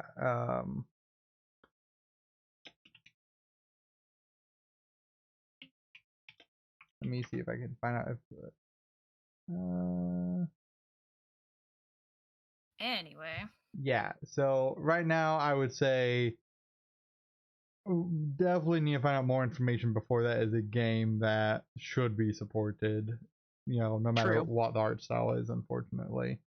Oh yeah, absolutely. You Back, mean, hang on, you mean, Tyler, people should research things like you should research the games you want to talk about, huh? look, I stand by the art style in that game. The art style in that game was solid. But anyhow, Game, God. back What back did to this last week? back to Bug Snacks. Anyway, what were you asking, Brie? I said, what did I miss last week? What game? Oh, Tyler, I don't remember the exact title of the game, but Tyler was promoting a game that he thought the art style was neat. So Travis went to do a little digging while Tyler was talking, and literally the second screenshot was the orc masturbating? I'm sorry? Or beginning to have the idea to do so. He was grabbing his crotch anyway. And like he was the game reaching in that direction.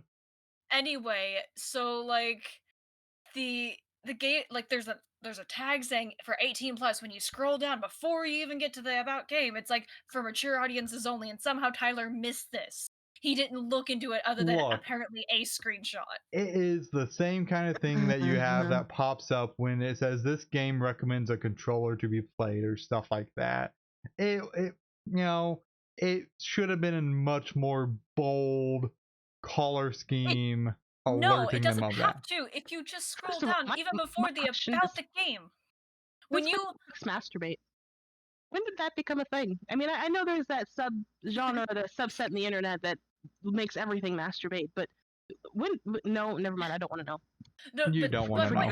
My point is, Tyler, the fact that you got the exact game amount of like what gameplay in the about game means you scrolled past the 18 plus warning. Oh yeah, because it didn't stand out to me at all. It did not catch. Anyway. First it doesn't off, have to stand out. It's there. Warnings like that should absolutely be more apparent than just blending into the average UI scheme of Steam. I'm honestly still just caught up by the fact that there was an orc masturbating. But anyway, back to the topic at hand. Bug Snacks.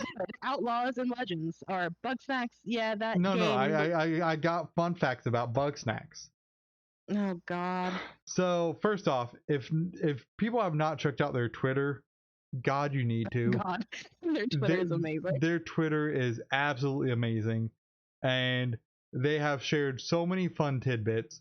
One of them being, hey, did you know that at one point Bug Snacks screamed in delight as you ate them? You know, I almost wish I had Twitter for this. There's a V word that applies to this context, and I don't want to say it because that word is traumatizing. Is this game just a massive game of war? Is this... No, I don't want to know. I don't want to know. You know, I'm just saying, I still hope they make it into a horror game to some extent. I think it'd be great.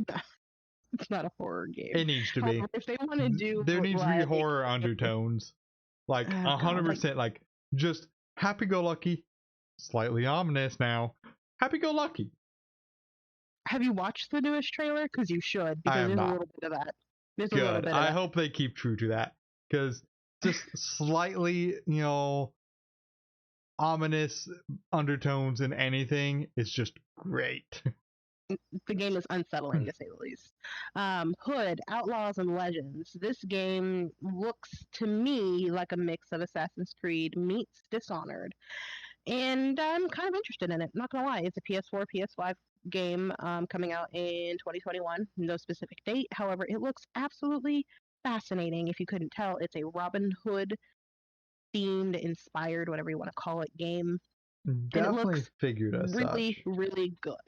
I would definitely suggest, if people are interested, to check out the trailer. because I personally think it looks hella fun. Um, and then there's 2 games coming out in VR that I unfortunately am never going to play because I don't have VR. There's Hitman 3 coming out on VR in January, and Vader Immortal, a Star Wars VR series that comes out August 25th actually. So all you Star Wars fans, if anybody's watching, that's for you if you have a VR controller, of course. Of course, it's PSVR, so. Also, apparently, Hitman is going to allow you to kill in VR as well. Yeah, that's the entire game's VR. Yeah, that's going to be interesting. You get to assassinate people yourself. Get that girl wire ready, people. That is going to be interesting, like, as stuff like that becomes more common in VR games. That's going to be an interesting thing that's going to pop up in gaming again. Again. Game news and people complaining, and yeah. For those of you who know about Spelunky, the first one, they're making a second one. That is coming out. I had heard about that. September 15th. Looks a lot of fun. They increased the number of playable characters. They allowed it so you can do co-op play. I don't remember if it's online co-op or not, but you can definitely play with other people. That's something that's interesting. It looks like a really cute game. I honestly didn't play the first one. I've heard a lot about it. I know it's a pretty beloved game from the people who have played it. So it's exciting to know that there's a new one coming out, especially since it's a severely indie game. Not severely, but it's truly wholeheartedly indie. Yeah, I'm glad that they are still doing stuff, and I hope that the game does well for them. And I hope that it's a good game. I know they provided a lot of updates to the original Spelunky during its lifetime. I don't think the original Spelunky had multiplayer at launch, but it definitely did get it, I'm pretty sure. So, I hope that they're able to do the same thing, here with that. And last but not least, that happened during the State of Play, there was a Control expansion that's coming out. It's the second expansion, and that is coming out. Let's see. Hang on. August 27th. And honestly, Control looks like a completely fascinating game. It looks like it's a hell of a lot of fun. So the fact that they have a second expansion, pretty exciting. So, but that is it for the State of Play. Truth be told, as I said, the games that I stated I was excited for are the games I'm excited for. I'm really, really looking forward to the Crash Bandicoot game because I loved. Oh, that's a lie. I lied. There was one more thing that they announced, last but not least, absolutely last, was Godfall.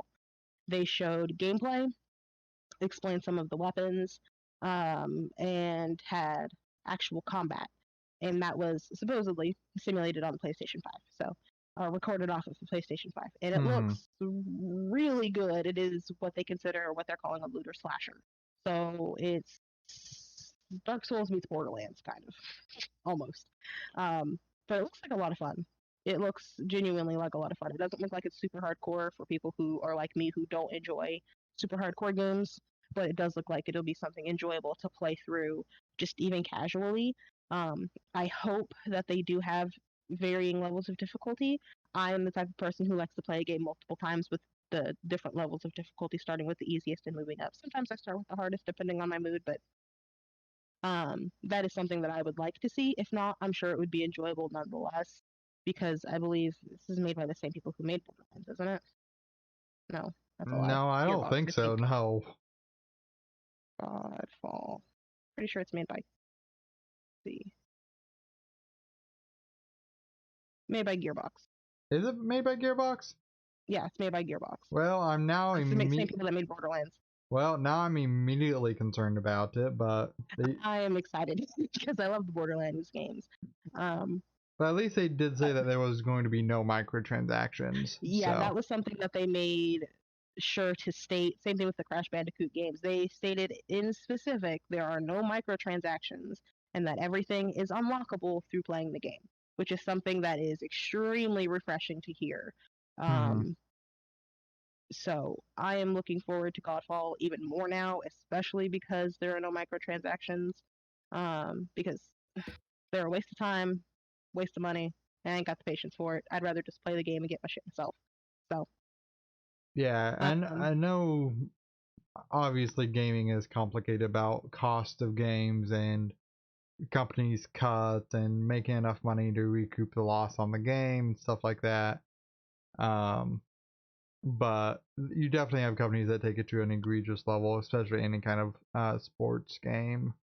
yeah. It's just absurd. Actually, this might be something I talk about next week because I need to look into it. But I'm kind of curious on microtransactions on sports games versus visual novel games on mobile because those have a lot of microtransactions. Yeah. And Yeah. I would know. It's kind of the same idea that you are putting money in order to progress the story. Because otherwise, if you were to just wait for a visual novel for you to build up those coins or those points or whatever you call them to be able to progress, it would take forever. It would literally take you several weeks to build up enough to progress the story in any meaningful way. And that's not that worth it to well, that at a depends reasonable standpoint. Okay, that depends on the game for one, but two, I'm specifically talking about Cybrid and their games because they have quite a few. Technically, Hmm. you get like 5 free tickets per day to read chapters of a story, which the entire story lasts. Let's see, five. What's 5 times 13? I can't do maths right now. 65. Yeah, so basically, that doesn't sound right, but anyway, is that right? 13 times. Oh no, wait, no, it would be. Yeah, 26. That's what I was trying to get at is like it takes you 26 days to get through one route. oof. And that's not including there's side events that happen continuously between collection events and story events that are outside of the normal Hmm. gameplay, which people spend an egregious amount of money on to make sure you get all of the fancy nifty avatar items, the nifty side stories, Hmm. etc., etc. So It's the same concept. I Basically, it's limiting the amount of gameplay you get in order behind a paywall. but And I I'm mean, you can play the game without these things. It just takes you an extended amount of time, an unreasonable amount of time, I was and you miss out on so Let much other Ash stuff finish. too. about to say what I was trying to get at though is I wanted to compare it on what gets paid into more, the sports games or things like the visual novel games. That's something I kind of am thinking about looking into for next time if or next time we talk about microtransactions is which part of the gaming industry is actually worse off and more disgusting, You mean dollar for dollar wise? more or less, or like how Mm-hmm. much of the game is played via money. Like Mm-hmm. anyway, that's just food for thought for next time for me. Do you know how much a ticket in one of those games costs on average? I can tell you by pulling up the game because I am a part of it, like a loser trash I am. Yeah, because I'd be interested to know what the cost is on like a ticket or like ticket refresh bundle or whatever.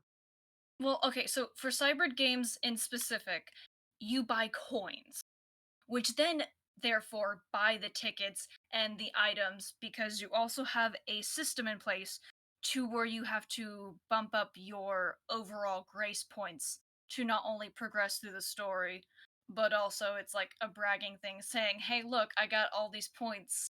Fuck you." So therefore Okay. you can buy stamina items. And those items also help during story events. Anyway, I'll get into like making a full description of how this entire thing works next Mm-hmm. time we talk about microtransactions because unfortunately I am part of the sweep trash community. Yeah, because I would say that it definitely sounds like um, visual novels have a much more abusive relation compared to the sports games. Like the sports games are bad and just like how much there is and um, some of the pay to win mechanics inside of it. But there's still a lot of gameplay that you can access in a semi-reasonable manner. Yeah, but like I said, this is just something I think I might just look into. That way, next time we bring up microtransactions, I can be like more definitively, this area of gaming is actually really disgusting and needs to change Oh yeah, harder and faster. It 100% is, because you're gating that dopamine rush of that kind of thing, whereas, like, I mean, don't get me wrong, sports games obviously haul in way more money, because like I think Ubisoft or whatever made, it was either Ubisoft or EA or or maybe it was 2K, I don't even bloody EA. know. Is owned by They EA. made an obscene amount of money, off of microtransactions. Like, I'm pretty sure they made like $1 billion off microtransactions alone, which is an egregious amount when you think about it. And when this means I'm actually gonna have to download a sports game to fucking play it and experience it. well, most of them aren't free. Like, you gotta pay like the $50-$60 to buy the game in addition to the microtransactions. It's much better to just look up some people who have done some stuff on it and kind of compare that way. Probably. I'm thinking full on, like, how am I going to compare everything? Because I also have now unlocked a part of my brain that I kind of chose to forget, which was casual games on mobile phone, of course, because I am loser trash. But like a lot of casual games have a lot of microtransactions, so you can win better. Oh yeah, it's an absolute problem in mobile gaming, specifically, and you're seeing some of that come over to PC gaming, but it's not fully there yet. I think that really covers most of like the gaming news stuff that we had going on. If we go ahead. I was about to say I didn't get to talk about games I'm excited about. Well, okay. Do you want to do that in gaming news or game releases? Brie was just talking about games that she was excited about. And well, she was going over the PlayStation State of Play. No, I have no idea what the fuck that is. PlayStation had a event where they show off conference, basically. Yeah. Where they show off games that are coming out soon.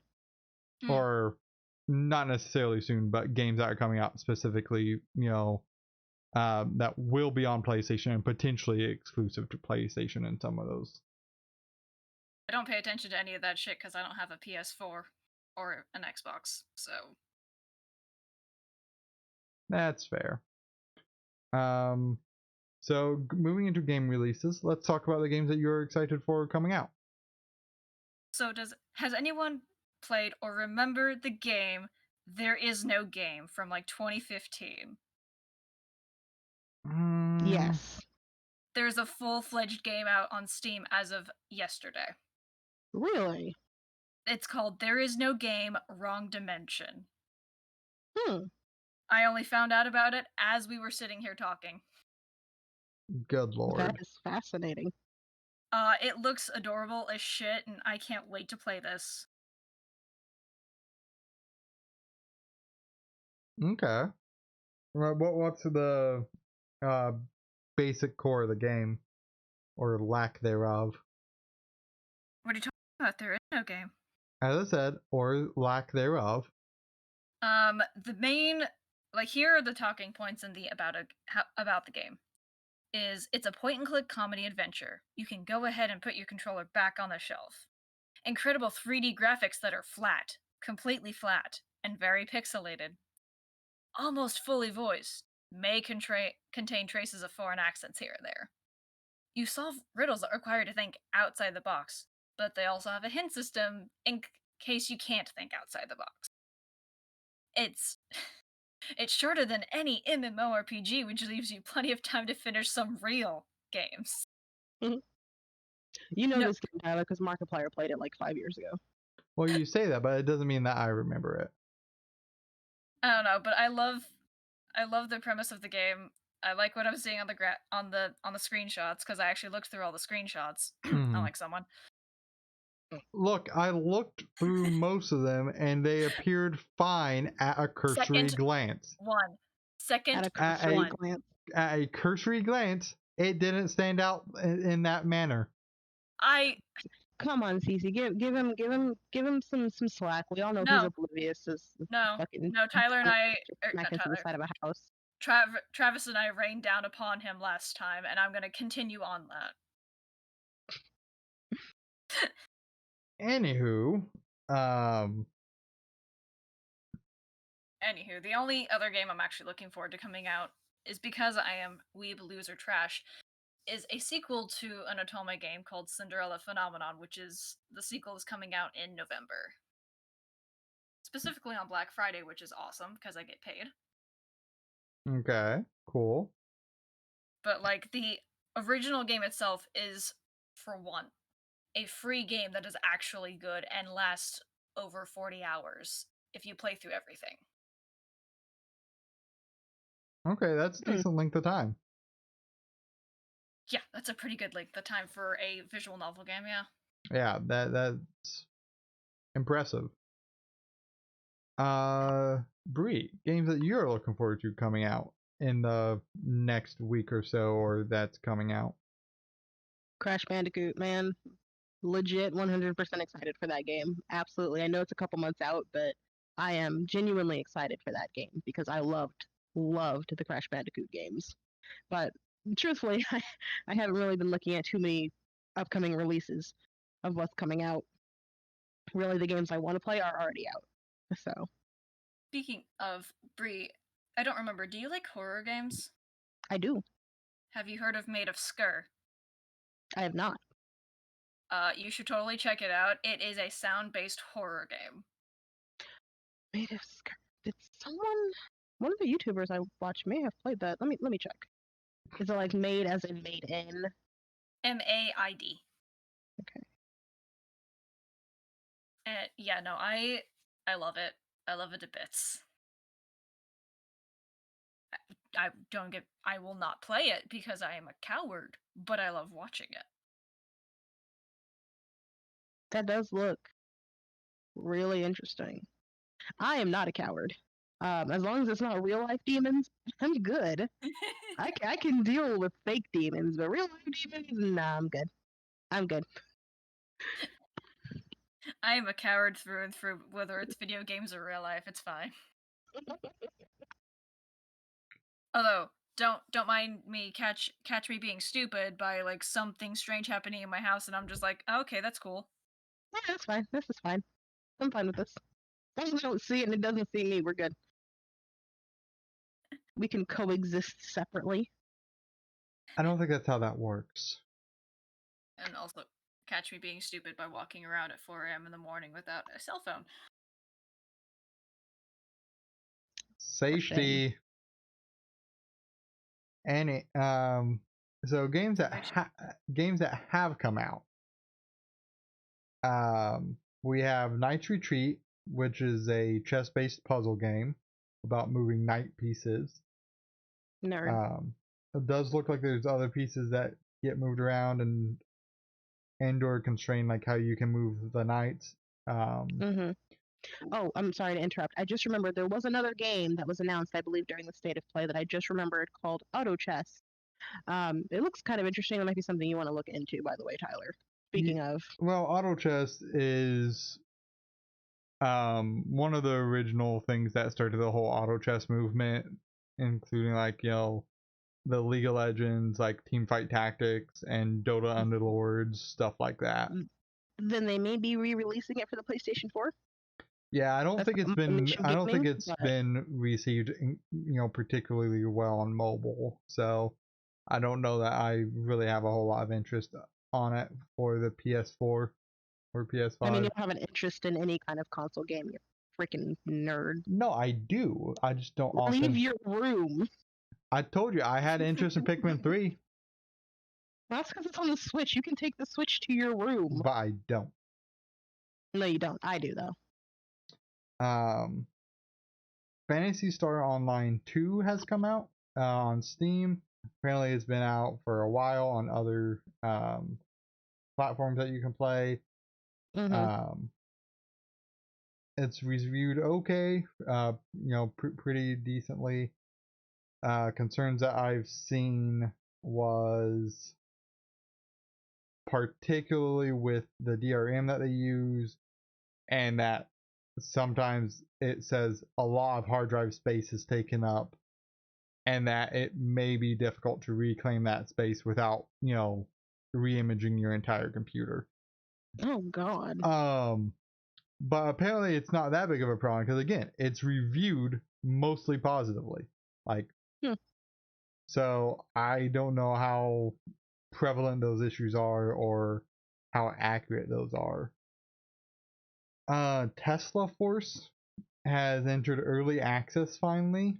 That is a game that was shown off years ago, I feel like.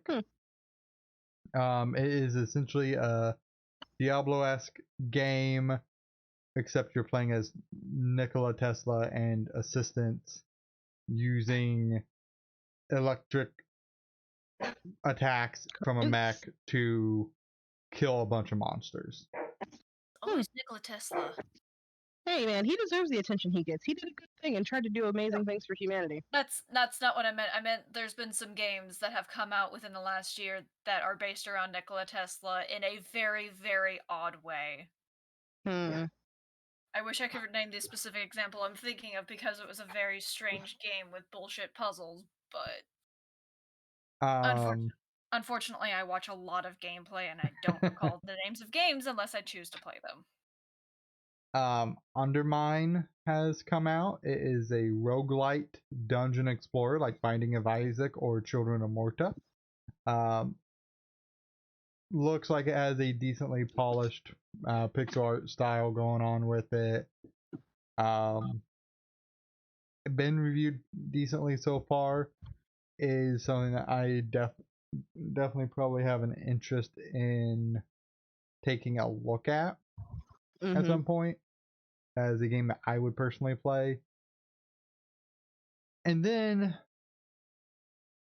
I'm going to save this last game for last. There's two others I'm going to touch on, and then we'll go back to this one.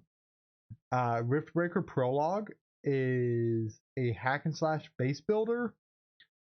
It looks like a essentially flashier version of a mixture of They Are Billions and Factorio, with the graphics, graphics polishing of They Are Billions with some of the same mechanics going on as Factorio, just without the massive industrialization, but it is a base building game.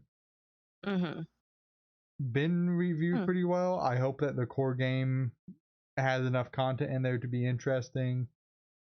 Killing lots of things with flashy explosions and gunfire and fire. I'm pretty on board with that, generally speaking. Sure. Littlewood has come out. It is a farming slash village builder that takes place in a world after you have already saved it. That's so it's again been reviewed massively well. I'm not sure that I see why when compared to other games that have kind of come out that are similar in idea and scope as that, but it must hit a niche that I'm just not very familiar with for people to be like, yeah, this is exactly what I've wanted from this. But it's been rated overwhelmingly positive. That's good. Now this next game, I'm gonna ask you guys to go to the Steam page for. Jesus. Because God. Open up Steam. You need to open up Steam, and I need your thoughts on the first few seconds of that trailer. And it is Post Void. This is gonna take me 10 minutes because Steam is slow. Pulled it up on my phone because on my Google Chrome on its many tabs. Oh Lord. Anyway, what's the game called? Post Void. Post Void. Okay. Yeah. Totally not what I thought you said. It is a drug trip of a game. Oh, I've seen worse. Oh, I've definitely seen worse in terms of, like, lots of colors and what the fuckness. I'm definitely aware there is worse out there, but it is still a drug trip of a game. Like, oh my.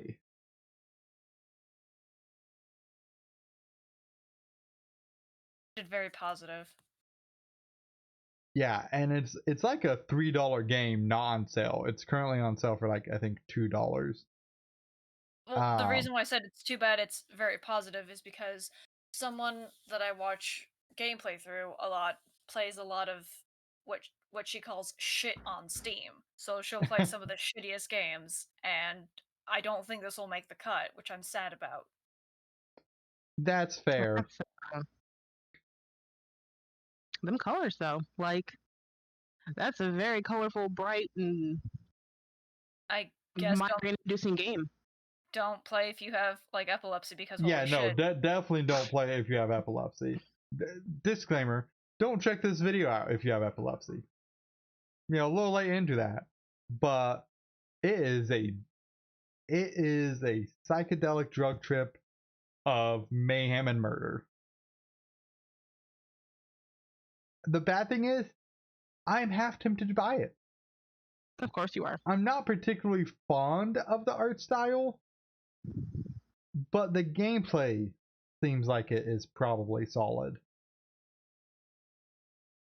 And it's not too grotesque in some of the stuff that I could see myself actually giving it a decent shot. So I don't know. That might be something that I come back to at some point. Because heck, it's a good price for apparently a good game that is just bonkers off the wall in the graphics department. Last thing that I have to go over is going to be the recently added to Xbox Game Pass. Is it Grounded?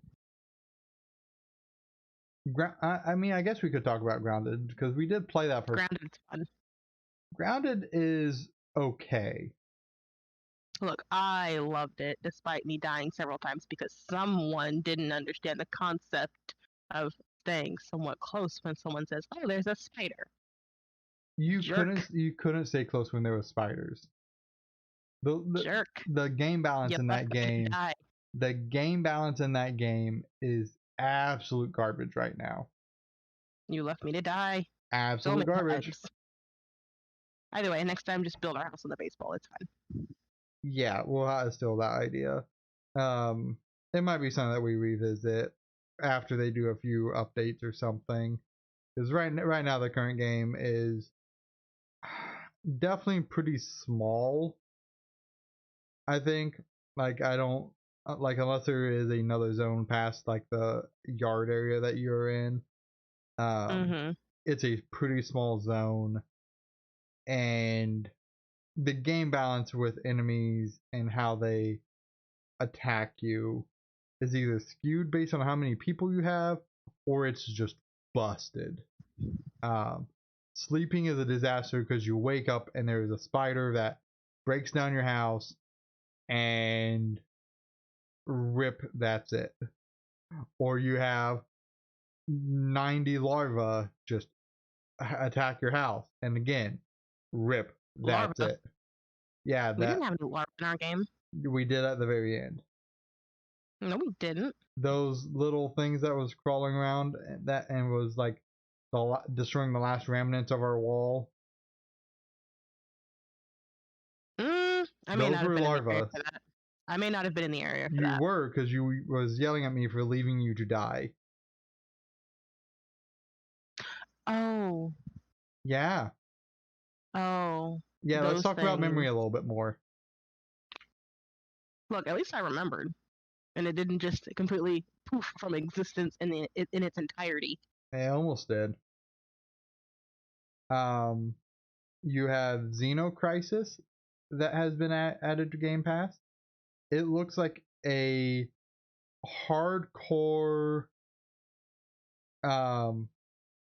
Super Contra style game, or well, maybe not Super Contra. I don't know. It's a Contra-esque third-person game like A Link to the Past, but has a lot of like Contra overtones with it. Looks awesome. Probably a game that I am interested in checking out as well. I know we just talked about Undermine. Undermine is on Game Pass, so that means I am pretty much definitely checking that out along with Xenocrisis. You have The Tourist, which is an action adventure game of some sort. I'm not really sure I understand what it's doing. But I think it's generally been reviewed pretty okay. You have F1 2019 for PC. So if you're into racing games, that is something worth checking out. Because I don't think there's any F1 games on PC other than that. I don't think so. You have Yakuza Kiwami 2 for Windows 10. So if you're a fan of the Yakuza series, that is a game for you to take advantage of being on Game Pass if you've not played it. There is a game called Nowhere Profit, which looks like a board tactics game. I'm not sure what it is. It says something about building a deck and progressing through a level thing. It's beyond me, and it's probably not something that I have a whole lot of interest in. It might be something a combination like oh, what is that spaceship game where it was a roguelike and you was traversing through the star system? If it's a roguelike, I have no idea because I don't do roguelikes. Man, the bad thing is I absolutely know that. I 100%. Oh, small update. So apparently in Ghostwire Tokyo, you can pet the dog. 10 out of 10, best game. Would recommend. Just tossing that out there because I love a game where you can pet animals. Sorry, I'm currently on my YouTube feed at the moment in case you guys are wondering. Well, I definitely wasn't wondering. I love Avery. You were curious, Tyler. Don't lie. I know you. I had zero curiosity about that game. The combat in that game looks too floaty, but maybe in a more polished version, it'll be something that strikes an interest with me. I am currently browsing through my Steam library trying to find this game because I cannot. There's a game called Cat Quest. Huh? So there's a game called Cat Quest 2: The New World. Yeah. I want to play it simply because cats. I love cats. I mean, Cat Quest is deemed to be a pretty okay game. Yeah. Oh hell, there was a developer update for Deathloop 2. That's a game that'll be coming out within the next several months or so. I wonder how Deathloop is going to be like. It's going to be difficult to balance that game in a way that is going to maintain interest throughout the entirety of it, I think.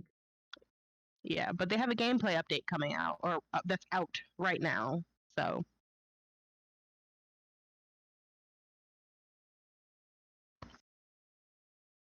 I'm gonna see if it's I like can 3 minutes long. So I'll tell you what.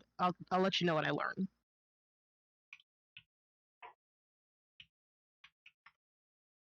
FTL, faster than light. Yeah, that's what I was thinking of. Maybe like there's an FTL element to that, along with a deck building element and a set your people on a board to control how they attack element. It seems a little complicated.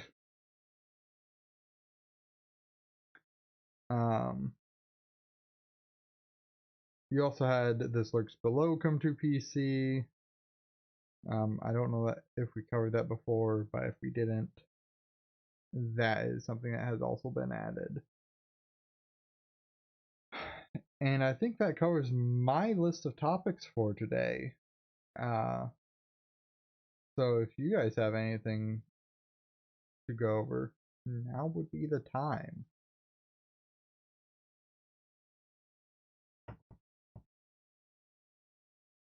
I mean, I could go on for a million years about my weeb trash taste, but it's not that kind of podcast. It is not. Something worth potentially throwing out there, though, is that Has Been Hotel. It has officially gotten yes, show. A24 has picked it up. That is extremely exciting news considering the pilot came out earlier this year. It is honestly a breath of fresh air, to be perfectly honest. Did it come out this year? I'm pretty sure it came out earlier this year, the pilot episode. Well, that's a horrifying thought. Oh, you don't understand what Has Been Hotel, like what kind of phenomenon it has been. It came out 9 months ago. I apologize. It came out in November. No, I can't do math. December. And it is honestly really, really well made for the team that made it. It was a very small team of people. In 9 months, it has garnered 40 million views on YouTube, and it is phenomenal in my opinion. There are some background issues with the creator that I won't go into because I don't know the full extent of them. But for what it is, for what Has Been Hotel is, it is a really amazing show. Truthfully and honestly, I wholeheartedly enjoyed the first episode, and I fully suggest people watch it. It is not for children by any means. It is a show that takes place in hell. Takes place in hell, has demons, has drugs, has sex. It's not for kids by any means, but it is very, very well made. The voice acting is good. The animation is top quality, despite the fact that it was made by a very small team. I think 10 people, 10, 15 people. There weren't a lot of people on the team who made it, but it is absolutely phenomenal, and I personally adore it. And I would suggest that people watch it if they can. If it comes out on, say, a streaming site that you already own, please watch it, support it. It's good. Hell of a Boss, which is a smaller offshoot episode, offshoot series that takes place in the same environment, is also extremely interesting. That came out 8 months ago, and that has 21 million views on YouTube. So if it's up your alley, watch it. It's adult animation. We need more stuff like that for adults because I can tell you, I am sick and tired of live action TV. Wholeheartedly, full stop. Yeah, so and the original show and the original creator is on board for the official pickup by A24. Yes. Yeah, A24 apparently is pretty well known for standing behind their creators, letting artists have not entirely full license to do what they want, but they have a good bit of freedom. They also stand behind. They also have made. Let me see. Uncut Gems, Hereditary, Lady Bird, Moonlight, Raimi, Euphoria, and a few more. So they have a few well-known titles. Let's see, Midsummer was one, which was a really amazing movie. So they have a good number of things under their belt for what they've made. So I wholeheartedly look forward to what's coming out, and I really hope that they do it justice. Though admittedly, there's not too much source material for the series, so there's not too much that they can mess up there for the most part. Yeah, it's just going to be whatever the creator does, if it ends up being good or not. Yep. So fingers crossed on that. Well, I think that probably... go ahead. I was about to say, on another random side note, because I just remembered, I don't remember, on the first podcast, was Elden Ring discussed? No, it was not. Because I don't think there's been any news about it. About to say, initially it was supposed to come out in June 2020, and I think they're still aiming to release in 2020. I didn't know it was supposed to come out in June of 2020 because I know we have seen essentially nothing about that game, except that it's by FromSoft and that it's a game. So Okay, so you don't even know who's a part of it. George R. Tolkien. I'm joking. It's George R. R. Martin. Yeah. Who wants to be? Yeah, I knew that he was involved in it, which honestly probably explains the delay. So hey, that game may never come out then. What's that supposed to mean? That explains the delay. Hello, I mean, I think him being involved explains everything. I mean, I guess. He is bad at doing source material reliably. At A this little point. bit. It did take him quite a while to come up with the rest of his books. Regardless, I'm still excited for this game because I just learned about it today. Oh yeah, I mean, I look forward to it because it is by FromSoft, people that did Dark Souls and everything. I just hope it's not another Sekiro. That's all I hope. But that being said, I think the dog needs to go out because he is aggravating me in a way that. No, I already took him out. No. Well, look, you say that, but he's sniffing at the door and pawing at my arm. But he pooped and everything. Okay, but he is whining, so. But he does that. God. We're wrapping up. Anyhow, I think that wraps up what we have to do. You need to come take care of your dog. So it's your turn. It's not my turn. Anyhow, thank you guys for joining. This will get uploaded to YouTube hopefully on Sunday, my time permitting and my free time. And hopefully I will be able to do a stream either. I might do another stream later tonight potentially, or more likely tomorrow or Sunday, because I have not been able to do much this week in general. So definitely want to play one of the 3 games I'm currently playing, which is Fall Guys, Friends of Mineral Town, or Chasm. I want to play more of really all of them. I just don't know which one I'm going to want to play at the given time. So I'd like to point out the fact of so far our stream has been cursed for 3 episodes. Yeah, I'm assuming Travis actually probably purposely is ignoring me just to have a person be out, because I have received no response from him on anything, and that is unlike him. So, and I don't understand the reasoning, but so far this entire thing has been cursed. Yeah, I mean, it's way of it when you try to get a bunch of people together, so not a real big deal. But thus concludes episode 3, and we'll see you on the next one. Darn it, I didn't get to abuse any heal.